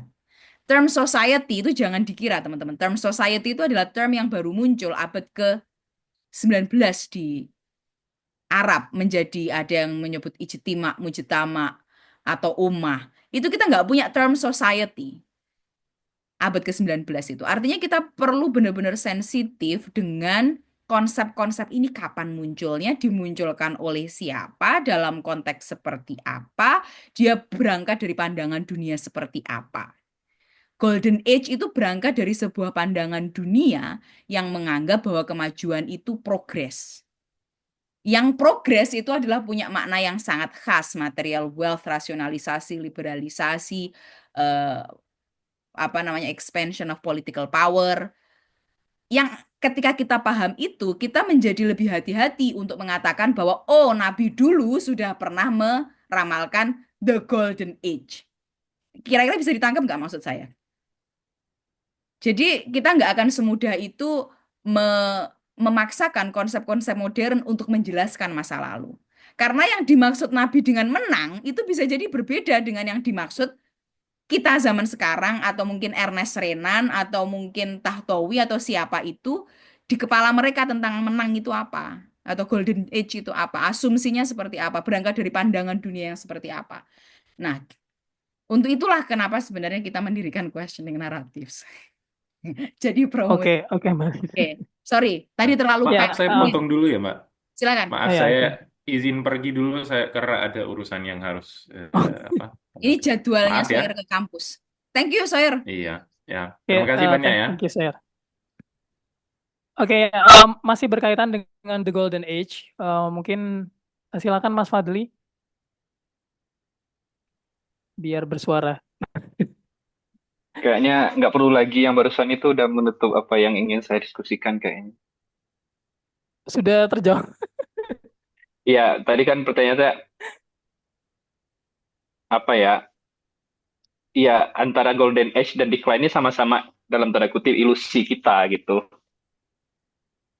Dalam artian, iya ada diskursus tentang decline, tapi untuk menyatakan atau memperjelas decline ini perlu juga ada dibayangkan sesuatu yang golden dulu sebagai starting point dari decline. Jadi di Golden Age ini apa ya, misalnya, dan ini kan berhubungan dengan itu ya, sejarah yang berjalan linear, dan terus golden, terus decline, terus makanya zaman modern harus kembali dinaikkan supaya bangkit kan, ketika ini hubungannya dengan krisis tadi juga, ketika Golden Age itu juga adalah sebuah narasi, ya mungkin katakan saja lah sebagai di titik ekstrim sebagai ilusi, dan decline itu juga sesuatu yang tanda kutip ilusi, maka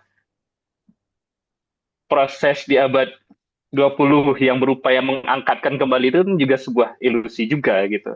Maka modernisasi tradisi yang terjadi, revivalism yang terjadi di abad 20 itu tidak bisa dianggap sebagai langkah naik lagi, tapi itu sebagai satu segmen sejarah aja yang berjalan meluas sepanjang kronologi waktu, tapi tidak berjalan linear. Ya, itu aja yang dalam pikiran saya. Jadi sebenarnya tidak perlu yang barusan itu udah cukup. Eh, Terutama yang Mbak Lin bilang ya, takadum tuh kayaknya saya yakin itu abad 20 itu terminologi itu. Jadi sebenarnya saya mencari itu aja tadi. Nambah sedikit, Viv. Nah, narasi kenapa kok Ibnu Rushd itu digadang-gadang sebagai kayak dewa dari Abbasiyah gitu ya? Kenapa kok? Karena diasumsikan era itu adalah era paling rasional. Abad itu. Padahal ternyata kemudian kita tahu bahwa rasionalitas nggak pernah hilang dan lain-lain gitu loh. Tapi artinya betapa narasi Golden Age itu sangat terikat dengan narasi decline dan sangat terikat dengan imajinasi bahwa kamu tentang rasionalitas tadi itu. Oke, jadi Padahal, ada semacam padahal Ibnu Rushd itu dalam sejarahnya tidak pernah sepopuler itu. Kayak Ibnu Taimiyah lah kemudian dinaikkan gitu dalam sejarah. Sorry, go ahead. oke ya, ya. Oke, terima kasih Mbak Lin. Ini ada beberapa komen yang menurut saya juga sangat menarik ya. Yang pertama dari Mas Idris Masudi. Mungkin silakan aja Mas biar kita pada tahu. Dan setelah itu ada Mas Amin ini ya di kelas saya. Oke, baik. Terima kasih Mbak Lin, Mas Afif, dan juga Mas Martin. Sebenarnya saya ingin bertanya sih, karena memang ini saya sempat melakukan riset terkait dengan Nusantara ya, terutama di abad-abad yang dianggap post-klasikal itu. Saya melihat bahwa apa yang dianggap sebagai era kemunduran itu justru di Asia Tenggara, terutama Nusantara misalnya, sedang mengalami fase keemasan kalau bisa dilihat dari banyaknya karya dan mulai munculnya apa namanya banyak ulama yang muncul ya, yang menulis banyak karya dan lain sebagainya. Apalagi kalau misalnya melihat Hijaz sebagai pusat keilmuan ya, seperti misalnya yang ditulis oleh Nasir Dumaireh, yang berangkat dari disertasinya di McGill, lalu kemudian ada Khalid El-Ruhayyeb, maupun misalnya yang ditulis oleh Aaron Spivak ya, yang terkait dengan Ibrahim Al-Bajuri. Ini sebenarnya saya ingin mendapatkan penjelasan dari Mbak Lin maupun dari Mas Martin ya, apakah itu berlaku untuk kawasan Asia Tenggara atau tidak? Karena kayak misalnya saya pernah nanya ke Kuru terkait dengan buku dia yang ini kemudian pernah ditanyakan apakah kenapa misalnya tidak mengambil lokus Asia Tenggara di dalam buku dia, yaitu karena dia menganggap bahwa Asia Tenggara itu adalah Islam pinggiran yang tidak masuk di dalam alam pikiran sarjana-sarjana ya. Padahal di abad-abad yang disebut sebagai post-klasikal itu di sini sedang mengalami masa-masa keemasan. Itu yang pertama. Kemudian yang kedua, apakah decline ini, penurunan intelektual itu memang yang disorot adalah soal tradisi intelektual yang berkembang di dunia Islam, ada pergeseran dari genre penulisan karya berbasis matan, berubah kemudian menjadi tradisi syarah dan hasyiyah. Yang padahal kalau misalnya kita lihat, ini kalau saya dulu mengamini ada penurunan intelektual itu karena ada perubahan genre itu, tapi ketika membaca artikelnya El Samsi, kemudian membaca disertasinya Mahmud Kuria, atau membaca riset-riset mutakhir ya, Thomas Bauer dan lain-lain sebagainya, itu justru tradisi penulisan syarah dan hasyiyah itu bukan bagian dari kemandegan ilmu, tapi di situ justru ada kreativitas, ada inovasi dan lain sebagainya. Nah, dua hal itu yang sebenarnya ingin saya sampaikan dan juga mungkin dikonfirmasi sama Mbak Lin dan yang lain mungkin. Apakah yang pertama tadi itu, apakah Asia Tenggara itu masuk di dalam konteks pembicaraan era kemunduran Islam? Yang kedua, apakah ini berkaitan dengan perubahan tradisi penulisan tadi itu dari matan ke syarah dan hasyiyah itu? Terima kasih. Oke, terima kasih Mas Idris. Ya, menarik sekali ya Mbak pertanyaannya. Mungkin Mbak Lin mau merespons dulu. Afif mau merespon juga? Mungkin sedikit ya. Ya sebenarnya setuju dengan apa yang disampaikan oleh Mas Idris bahwa Asia Tenggara, jangankan Asia Tenggara, Turki Utsmani bahkan tidak dianggap di dalam bagian dari peradaban Islam kalau kita baca riset-risetnya Research Centrum ya. Jadi bahkan Turki Utsmani itu pun juga tidak dianggap di dalam ya scope dari Islamic civilization. Maka dari itu ada clash tadi itu kan. Ada kenapa kok Islam decline tapi di sisi lain ada Turki yang rise, yang apa namanya rise, yang apa yang eh, bangkit gitu kan. Nah di sisi lain juga ada ya konstruksi di dalam kesadaran orientalisme bahwa yang namanya Arab itu ya Timur Tengah. Terlepas dari persoalan apakah ada Arab, apakah ada Islam di sini ya. Dan itu sudah banyak didiskusikan oleh para sarjana. Ya terkait tentang apakah Hasyah itu mempunyai agensi intelektualnya sendiri, saya kira juga dibahas di beberapa ya yang tadi yang disebutkan oleh Mas Idris. Itu aja Mbak Lin. Nambah dikit dari apa yang disampaikan Afif ya. Pertama, bahwa apapun upaya untuk membangun narasi besar tentang sesuatu itu pasti akan punya karakter generalisasi dan punya karakter mudah diruntuhkan. Seperti bukunya Ahmad Tekuru, menurut saya, dan buku-buku lain ya yang mencoba membangun narasi besar. Misalnya itu kemudian akhirnya ketika dibilang loh, lah Jawa kayak begini. Nah, lah Turki Utsmani ini malah era-era abad ke-16 begini. Akhirnya jadi bingung ketika kita eh, apa memaksakan diri untuk membuat narasi yang besar. Dan kita tadi sudah mencoba untuk mengkritisi narasi besar itu ya. Yang kedua, dalam hemat saya kita perlu sangat berhati-hati menggunakan term masa keemasan, masa kemunduran untuk mengkarakterisasi sesuatu. Karena term itu tuh gampangnya sudah najis lah kalau pinjem bahasanya Cak Nun ya. Ada asumsi-asumsi dari term itu yang perlu diurai, perlu dikelupas kayak ngelupas bawang satu-satu gitu loh.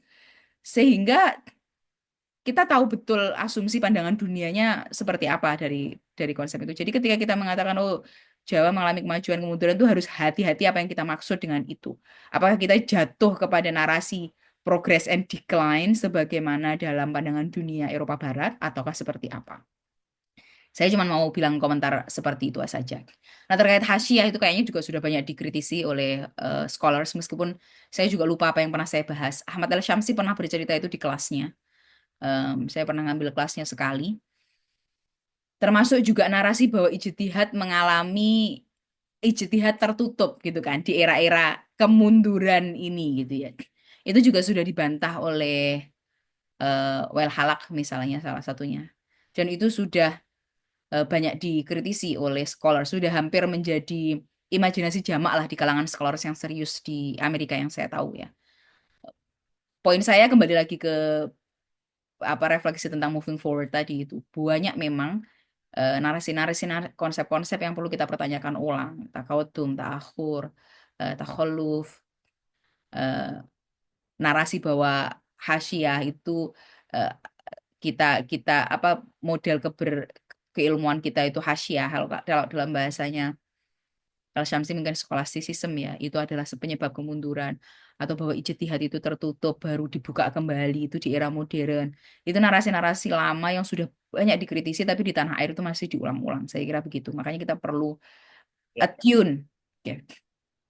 Terima kasih tapi refleksinya Mas Idris. Ya, sama-sama Mbak Lin. Oke, terima kasih Mas Idris. Ini waktu sudah lewat 5 menit Mbak Lin. Mungkin satu kali aja ya. Kita kasih kesempatan ke Mas Amin ini. Silakan Mas. Saya tuh bukan ahli di bidang ini ya, cuman baca. Jadi jangan dianggap apa yang Kita aku omongkan itu betul. otoritatif, itu perlu di cross check lagi. Silakan di cross check lagi dan Kita belajar bersama kita juga. belajar bersama. Silakan Mas.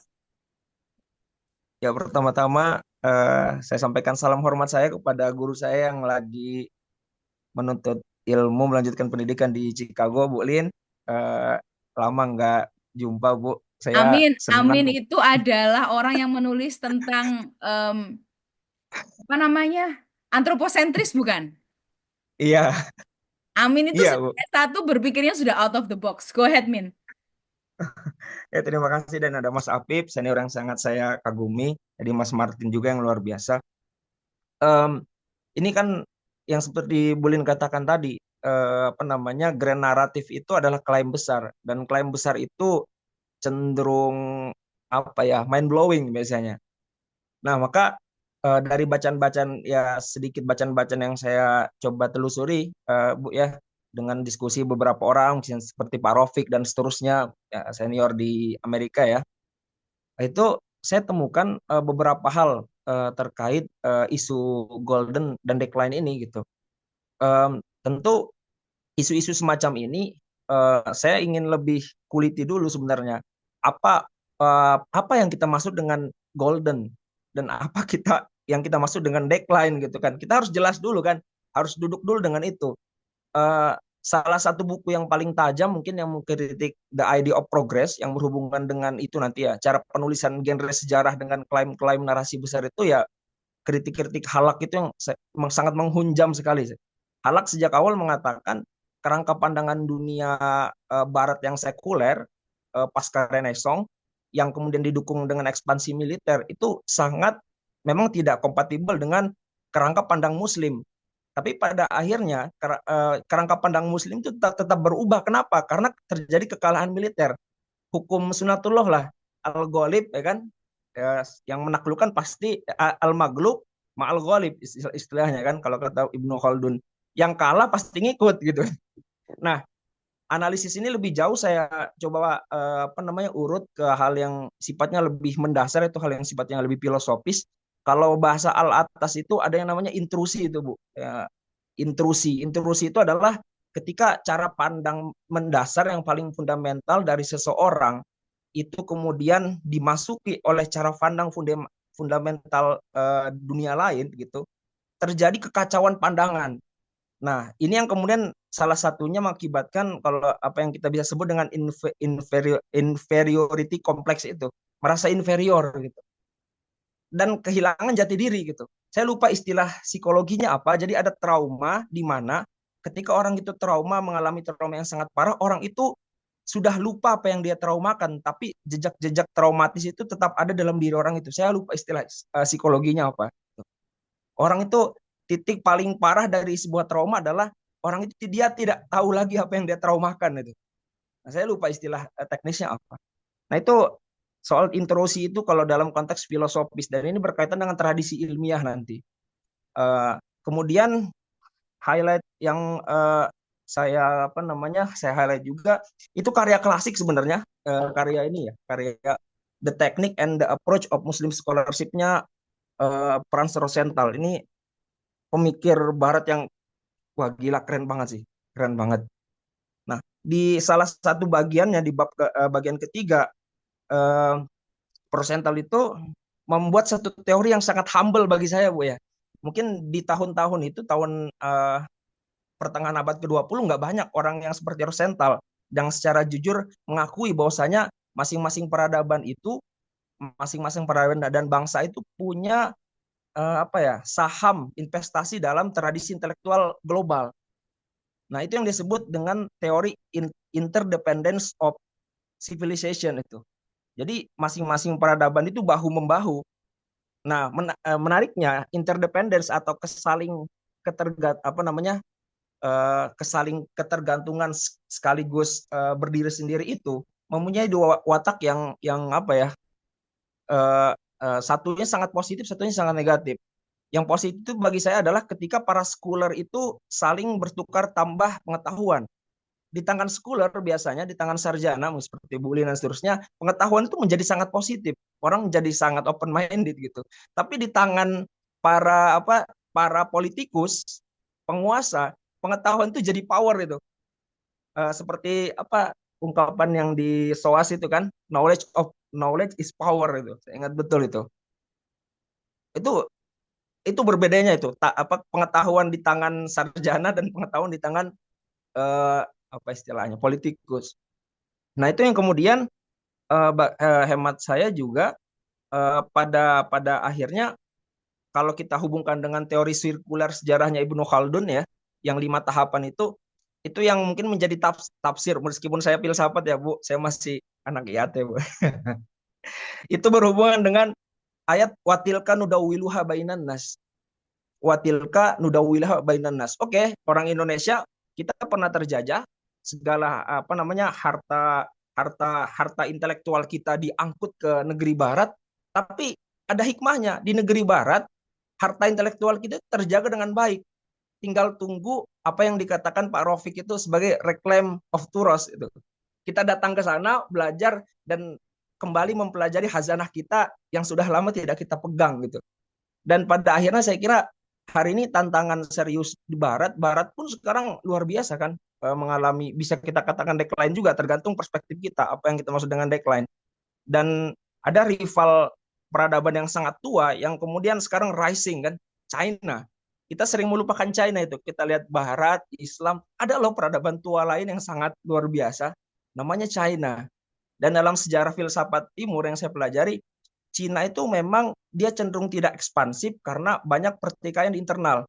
Hari ini ketika konsolidasi kekuatan-kekuatan Cina itu mapan di Cina daratan, dia bisa menjadi kekuatan yang sangat ekspansif itu. Dan kita bisa lihat hari ini Cina penantang serius peradaban gitu. Bukan hanya soal militernya, bukan hanya soal politiknya, tapi tradisi pengetahuan Cina itu luar biasa gitu. Mungkin itu sih Bu kira-kira. Jadi mungkin ada hubungannya dengan tafsir watilka nudawiluha bainan nas itu. Jadi ya ada sunatullah gitu. Pasti sebuah peradaban. Oh ya, yang terakhir, ini diskursus syariah sebenarnya kalau ada di sini orang syariah, saya kira mungkin bisa lebih menjelaskan ya. Saya nggak terlalu mendalami itu, tapi saya dapat dari guru saya, Ustadz Ali Abdul Munim, ahli maqasid, waktu kami ngaji, itu tentang futur syariah. Jadi ada semacam diskursus internal di kalangan para ahli syariah itu, para ahli fikih, fuqaha. Ada keadaan-keadaan yang mendesak di mana kenapa terjadi tajdid dalam rangka misalnya setiap 100 tahun apa 200 tahun begitu. Keadaan itu yang disebut futur syariah. Dan ini kemudian yang saya anggap mencerminkan indikator bagi kerangka pandang hidup Muslim. Yang disebut kemajuan itu apa sih? Apakah kemajuan artefak, kemajuan yang sifatnya artefak, arsitektur, hal-hal yang terlihat, alat-alat, atau kemajuan seorang Muslim itu ada pada moralitasnya. Nah, diskursus futur syariah itu beredar bukan soal pada kemewahan, arsitektural, hal yang sifat artefak, tapi dia lebih jauh. Futur syariah itu menyasar hal yang paling fundamental dari seorang manusia, yaitu moralitas. Kerusakan moralitas itu adalah tanda decline. Itu kata dalam diskurs futur syariah seperti itu. Sehingga dalam tradisi dalam keadaan futur syariah itu, orang bukan lagi tidak menjalankan syariat sebagai kerangka pandang hidup, tetapi orang sudah menghinakan syariat. Nah, sehingga ya bahkan ulama-ulama yang diceritakan Imam Ghazali itu tuh benar-benar ada. Saya membaca itu di bukunya Majid Irsan Al-Kilani ya. Mungkin itu settingnya sekitar 200 tahun sebelum Futuhat Baitul Maqdis oleh generasi Salahuddin. Salahuddin itu bukan seseorang tapi generasi yang moralitasnya kembali dipulihkan. Itu teorinya Majid Irsan Al-Kilani. Nah di sini yang akhirnya pertanyaan kita kembali ke mendasar, ke dasar tadi Bu, itu yang kita masuk dengan golden itu apa? Golden age itu apa? Decline of age itu apa? Dan indikatornya apa? Nah ini yang mungkin kita perlu ulas ya, questioning naratif lah sesuai dengan judulnya gitu. Narasi itu kita perlu kritisi. Indikatornya apa sih? Apakah yang sifatnya artefak, yang sifatnya luaran-luaran, arsitektural, atau sifatnya yang ada dalam diri manusia itu? Moralitasnya benar atau moralitas yang kacau? Nah itu. Kira-kira seperti itu Bu, mungkin beberapa unek-unek saya lah malam ini. Oke, ya terima kasih Mas Amin, luar biasa refleksinya from A to Z ini dari Muhammad Naqib al-Atas hingga Rosenthal. Ya, Mbak Lin mau merespons Iya, banyak. mungkin bareng sama juga. Iya dan banyak. Teman-teman, maaf ya, kita sudah lewat 15 menit. Salahkan Amin. Nggak, Min, bercanda, Min. Insya Allah kita selesai setelah ini, mungkin Amin atau Amin mungkin kalau mau memberikan respon, atau kita tutup bisa nanti. Oke. Jadi begini, Min, yang pertama, saya senang sekali dengar ulasan Amin tadi itu, bacaan Amin sangat luas, dan saya bangga banget. Artinya apa? Dulu saya memang mungkin berdiri di depan ngajar Amin gitu ya, Amin duduk di kelas gitu ya, meskipun kita juga berdiskusi, tapi kita sekarang menjadi kolega gitu, kita saling memberikan sharing, saling belajar, dan saya belajar banyak dari yang disampaikan Amin tadi. Oke. Sebenarnya Min, kalau pertanyaan terakhir sampean tadi itu tentang apa itu decline, apa itu golden age, sudah kita bahas di awal. Kalau sampean hadir dari awal dan sampean masih mempertanyakan itu, artinya saya menjelaskannya atau kita menjelaskannya kurang jelas. Karena dari awal tadi itu sebenarnya kita sudah membincang itu, konten dari narasi progres dan decline itu apa. Yang intinya adalah, tadi seperti saya sampaikan, kemajuan atau kekayaan material, kemudian rasionalitas, ekspansi kekuatan militer. Itu konten dari progres, dan itu punya pandangan dunia sendiri di situ yang tidak mungkin kita bahas karena itu akan bicara hal yang lain yang mungkin butuh waktu tersendiri yang khusus.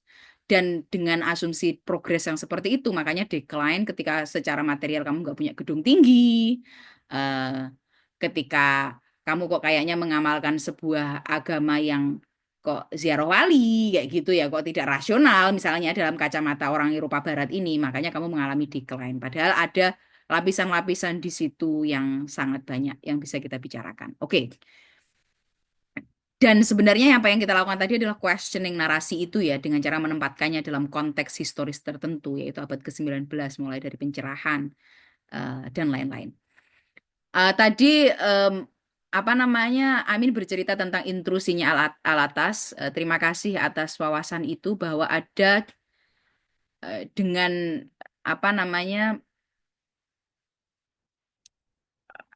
ada kekacauan pandangan ya. Jadi yang kalah itu akhirnya akan ngikut pandangan dunia yang menang. Intrusi itu apa yang kita alami hari ini, umat Islam. Kita mengalami yang saya sebut atau banyak juga disebut orang lain sebagai amnesia pengetahuan tentang diri kita sendiri. Jadi akhirnya kita bingung, nggak percaya diri, dan lain-lain. Makanya kita perlu questioning dulu. Nah, dalam hemat saya,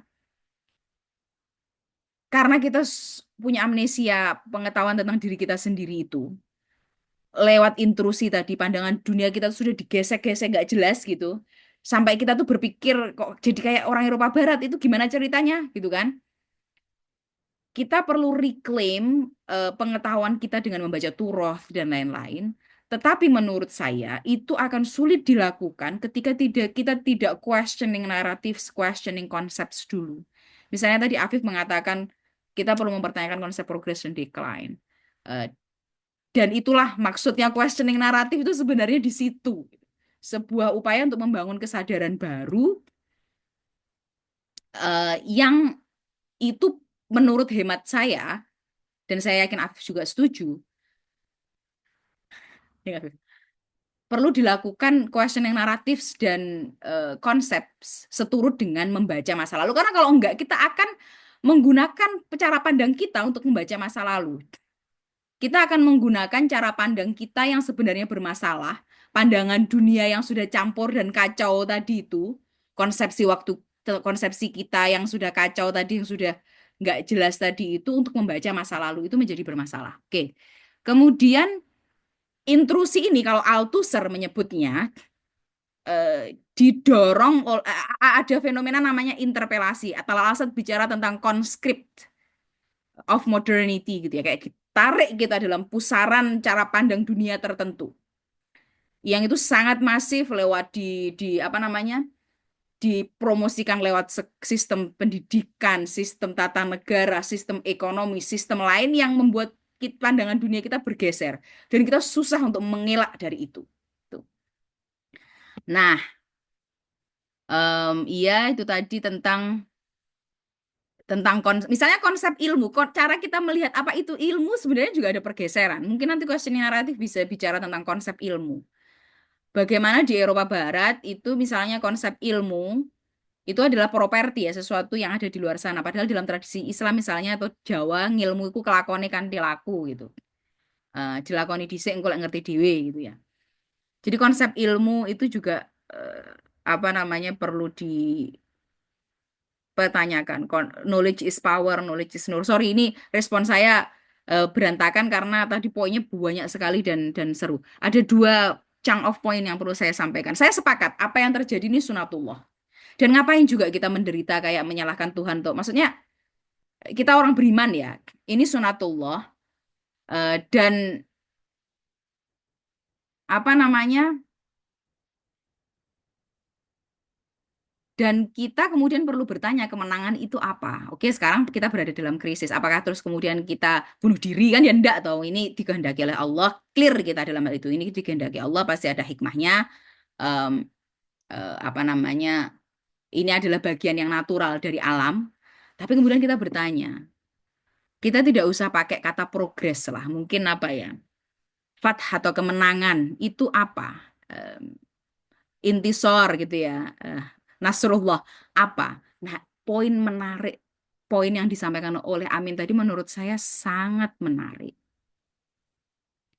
Keimanan itu apa? Keteguhan moralitas. Saya sepakat dengan itu. Maksud saya begini. Amin tadi sudah bicara adanya infiltrasi.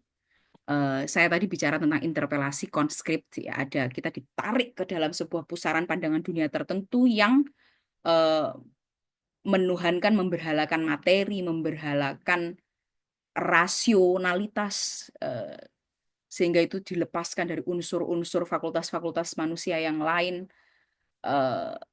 sistem dunia yang memaksa kita menjadi konsumeris, menjadikan negara sebagai otoritas tertinggi mengalahkan otoritas Tuhan dan Rasulullah. Kita hidup di dunia yang seperti itu. Kalau saya pribadi memang, makanya saya melihat tempat-tempat seperti Kaliopa atau Langgar itu adalah sebagai oase, itu adalah sebagai sebuah benteng yang mengajari kita untuk tetap mempertahankan keteguhan iman, moralitas, akhlak, atau apapun itu. Karena mungkin orang-orang ini meyakini kemenangan itu begitu. Apa yang terjadi di Gaza misalnya ya, apakah itu kekalahan? Mungkin from perspektif tertentu ya, wong secara militer, ekonomi, politik, apa-apa mereka remuk gitu kan. Kalah mereka dalam satu perspektif itu. Tapi dari perspektif yang lain, mereka adalah sekelompok manusia yang berteguh berada di jalan kebenaran dan keadilan, meskipun mereka dikuyo-kuyo seperti itu oleh seluruh dunia. Mereka adalah Nabi Muhammad, mereka adalah Daud, mereka adalah Musa, melawan Fir'aun, melawan Namrud, melawan Jalut, melawan kafir Quraisy. Kemenangan itu apa itu akhirnya menjadi relatif. Nah, dalam konteks hari ini saya kira, dan ini kata-kata Yusuf Kaswit, kita itu berada di periode Fathul Makkah. Dan saya tidak akan mengatakan kita sedang maju atau mundur atau apa ya. Saya mencoba untuk berhati-hati menggunakan term itu. Kita berada di posisi makiyah sekarang ini. Apa yang ditegaskan di makiyah itu adalah tauhid, keteguhan iman kita, kemampuan kita untuk screening. Ini jadi khutbah Jumat ya jadinya lama-lama. Kemampuan kita untuk screening keindahan, kebaikan, kebenaran, keadilan itu. Karena untuk bisa memegang tauhid hari ini dan turunannya itu susahnya minta ampun. Kalau katanya Talal Asad atau McIntyre, tradisi dalam maknanya yang khas mereka yang tidak mungkin saya jelaskan di sini, itu mengalami kesulitan untuk bertahan di dunia modern hari ini, apalagi berkembang. Makanya orang-orang yang akan memegangi tauhid atau memegangi apa ya, moralitas itu pasti akan kecil karena mereka ini adalah orang-orang yang berani biasanya nggak selalu berani miskin, berani soro, berani berbeda, berani melawan arus gitu. Dan akan pasti kecil. Tapi kita berharap semoga suatu saat ketika sistem ini hancur, sistem yang ada di dunia hari ini hancur gitu, kita masih punya generasi-generasi yang memegangi cahaya ini sehingga kita punya harapan untuk masa depan yang baik. Dan begitu. Khotbah selesai. Anyway, ya, Terima kasih ya. ya, Kurang lebihnya teman-teman. Amin senyum-senyum di khotbah ya Allah. jadi momen banyak perjumpaan-perjumpaan nih, Mbak. Alhamdulillah. Dan tentu saling belajar ya. Ya ini makanya pentingnya forum-forum seperti ini. Saya kira ini juga mengkultivasi agar kita terus belajar dan bertumbuh bersama-sama. Namun ya ini banyak di komen yang minta untuk lanjut sampai subuh. Tapi saya kira ya kita harus memberikan hak pada tubuh kita gitu. Mungkin ya kita harus mohon maaf teman-teman, kita harus stop eh, di sini. Terima kasih Mbak Lin, terima kasih teman-teman yang sudah hadir di sini di forum Question Naratif yang ke-7. Semoga kita bisa tetap menjadi manusia pembelajar ya di tengah gempuran ya apa yang disampaikan Mbak Lin tadi ya, modernitas dan berikut antek-anteknya gitu ya. Oke, terima kasih teman-teman. Stay tune di Question Naratif. Silakan bisa dibuka websitenya dan juga dinantikan diskusi-diskusi selanjutnya. Kurang lebihnya mohon maaf. Wallahu alam bissawab. Wassalamualaikum warahmatullahi wabarakatuh. Selamat malam semua. Waalaikumsalam warahmatullahi Terima wabarakatuh. kasih sudah bertahan bersama kami. Terima kasih Bu. Terima Sehat-sehat kasih. di Chicago. Sebentar Terima saya kasih, Mbak. selesaikan. Min, kamu jangan pergi dulu. Ini saya selesaikan Waduh. recording. Terus Waalaikumsalam warahmatullahi wabarakatuh. mana tadi recordingnya? Oke, stop.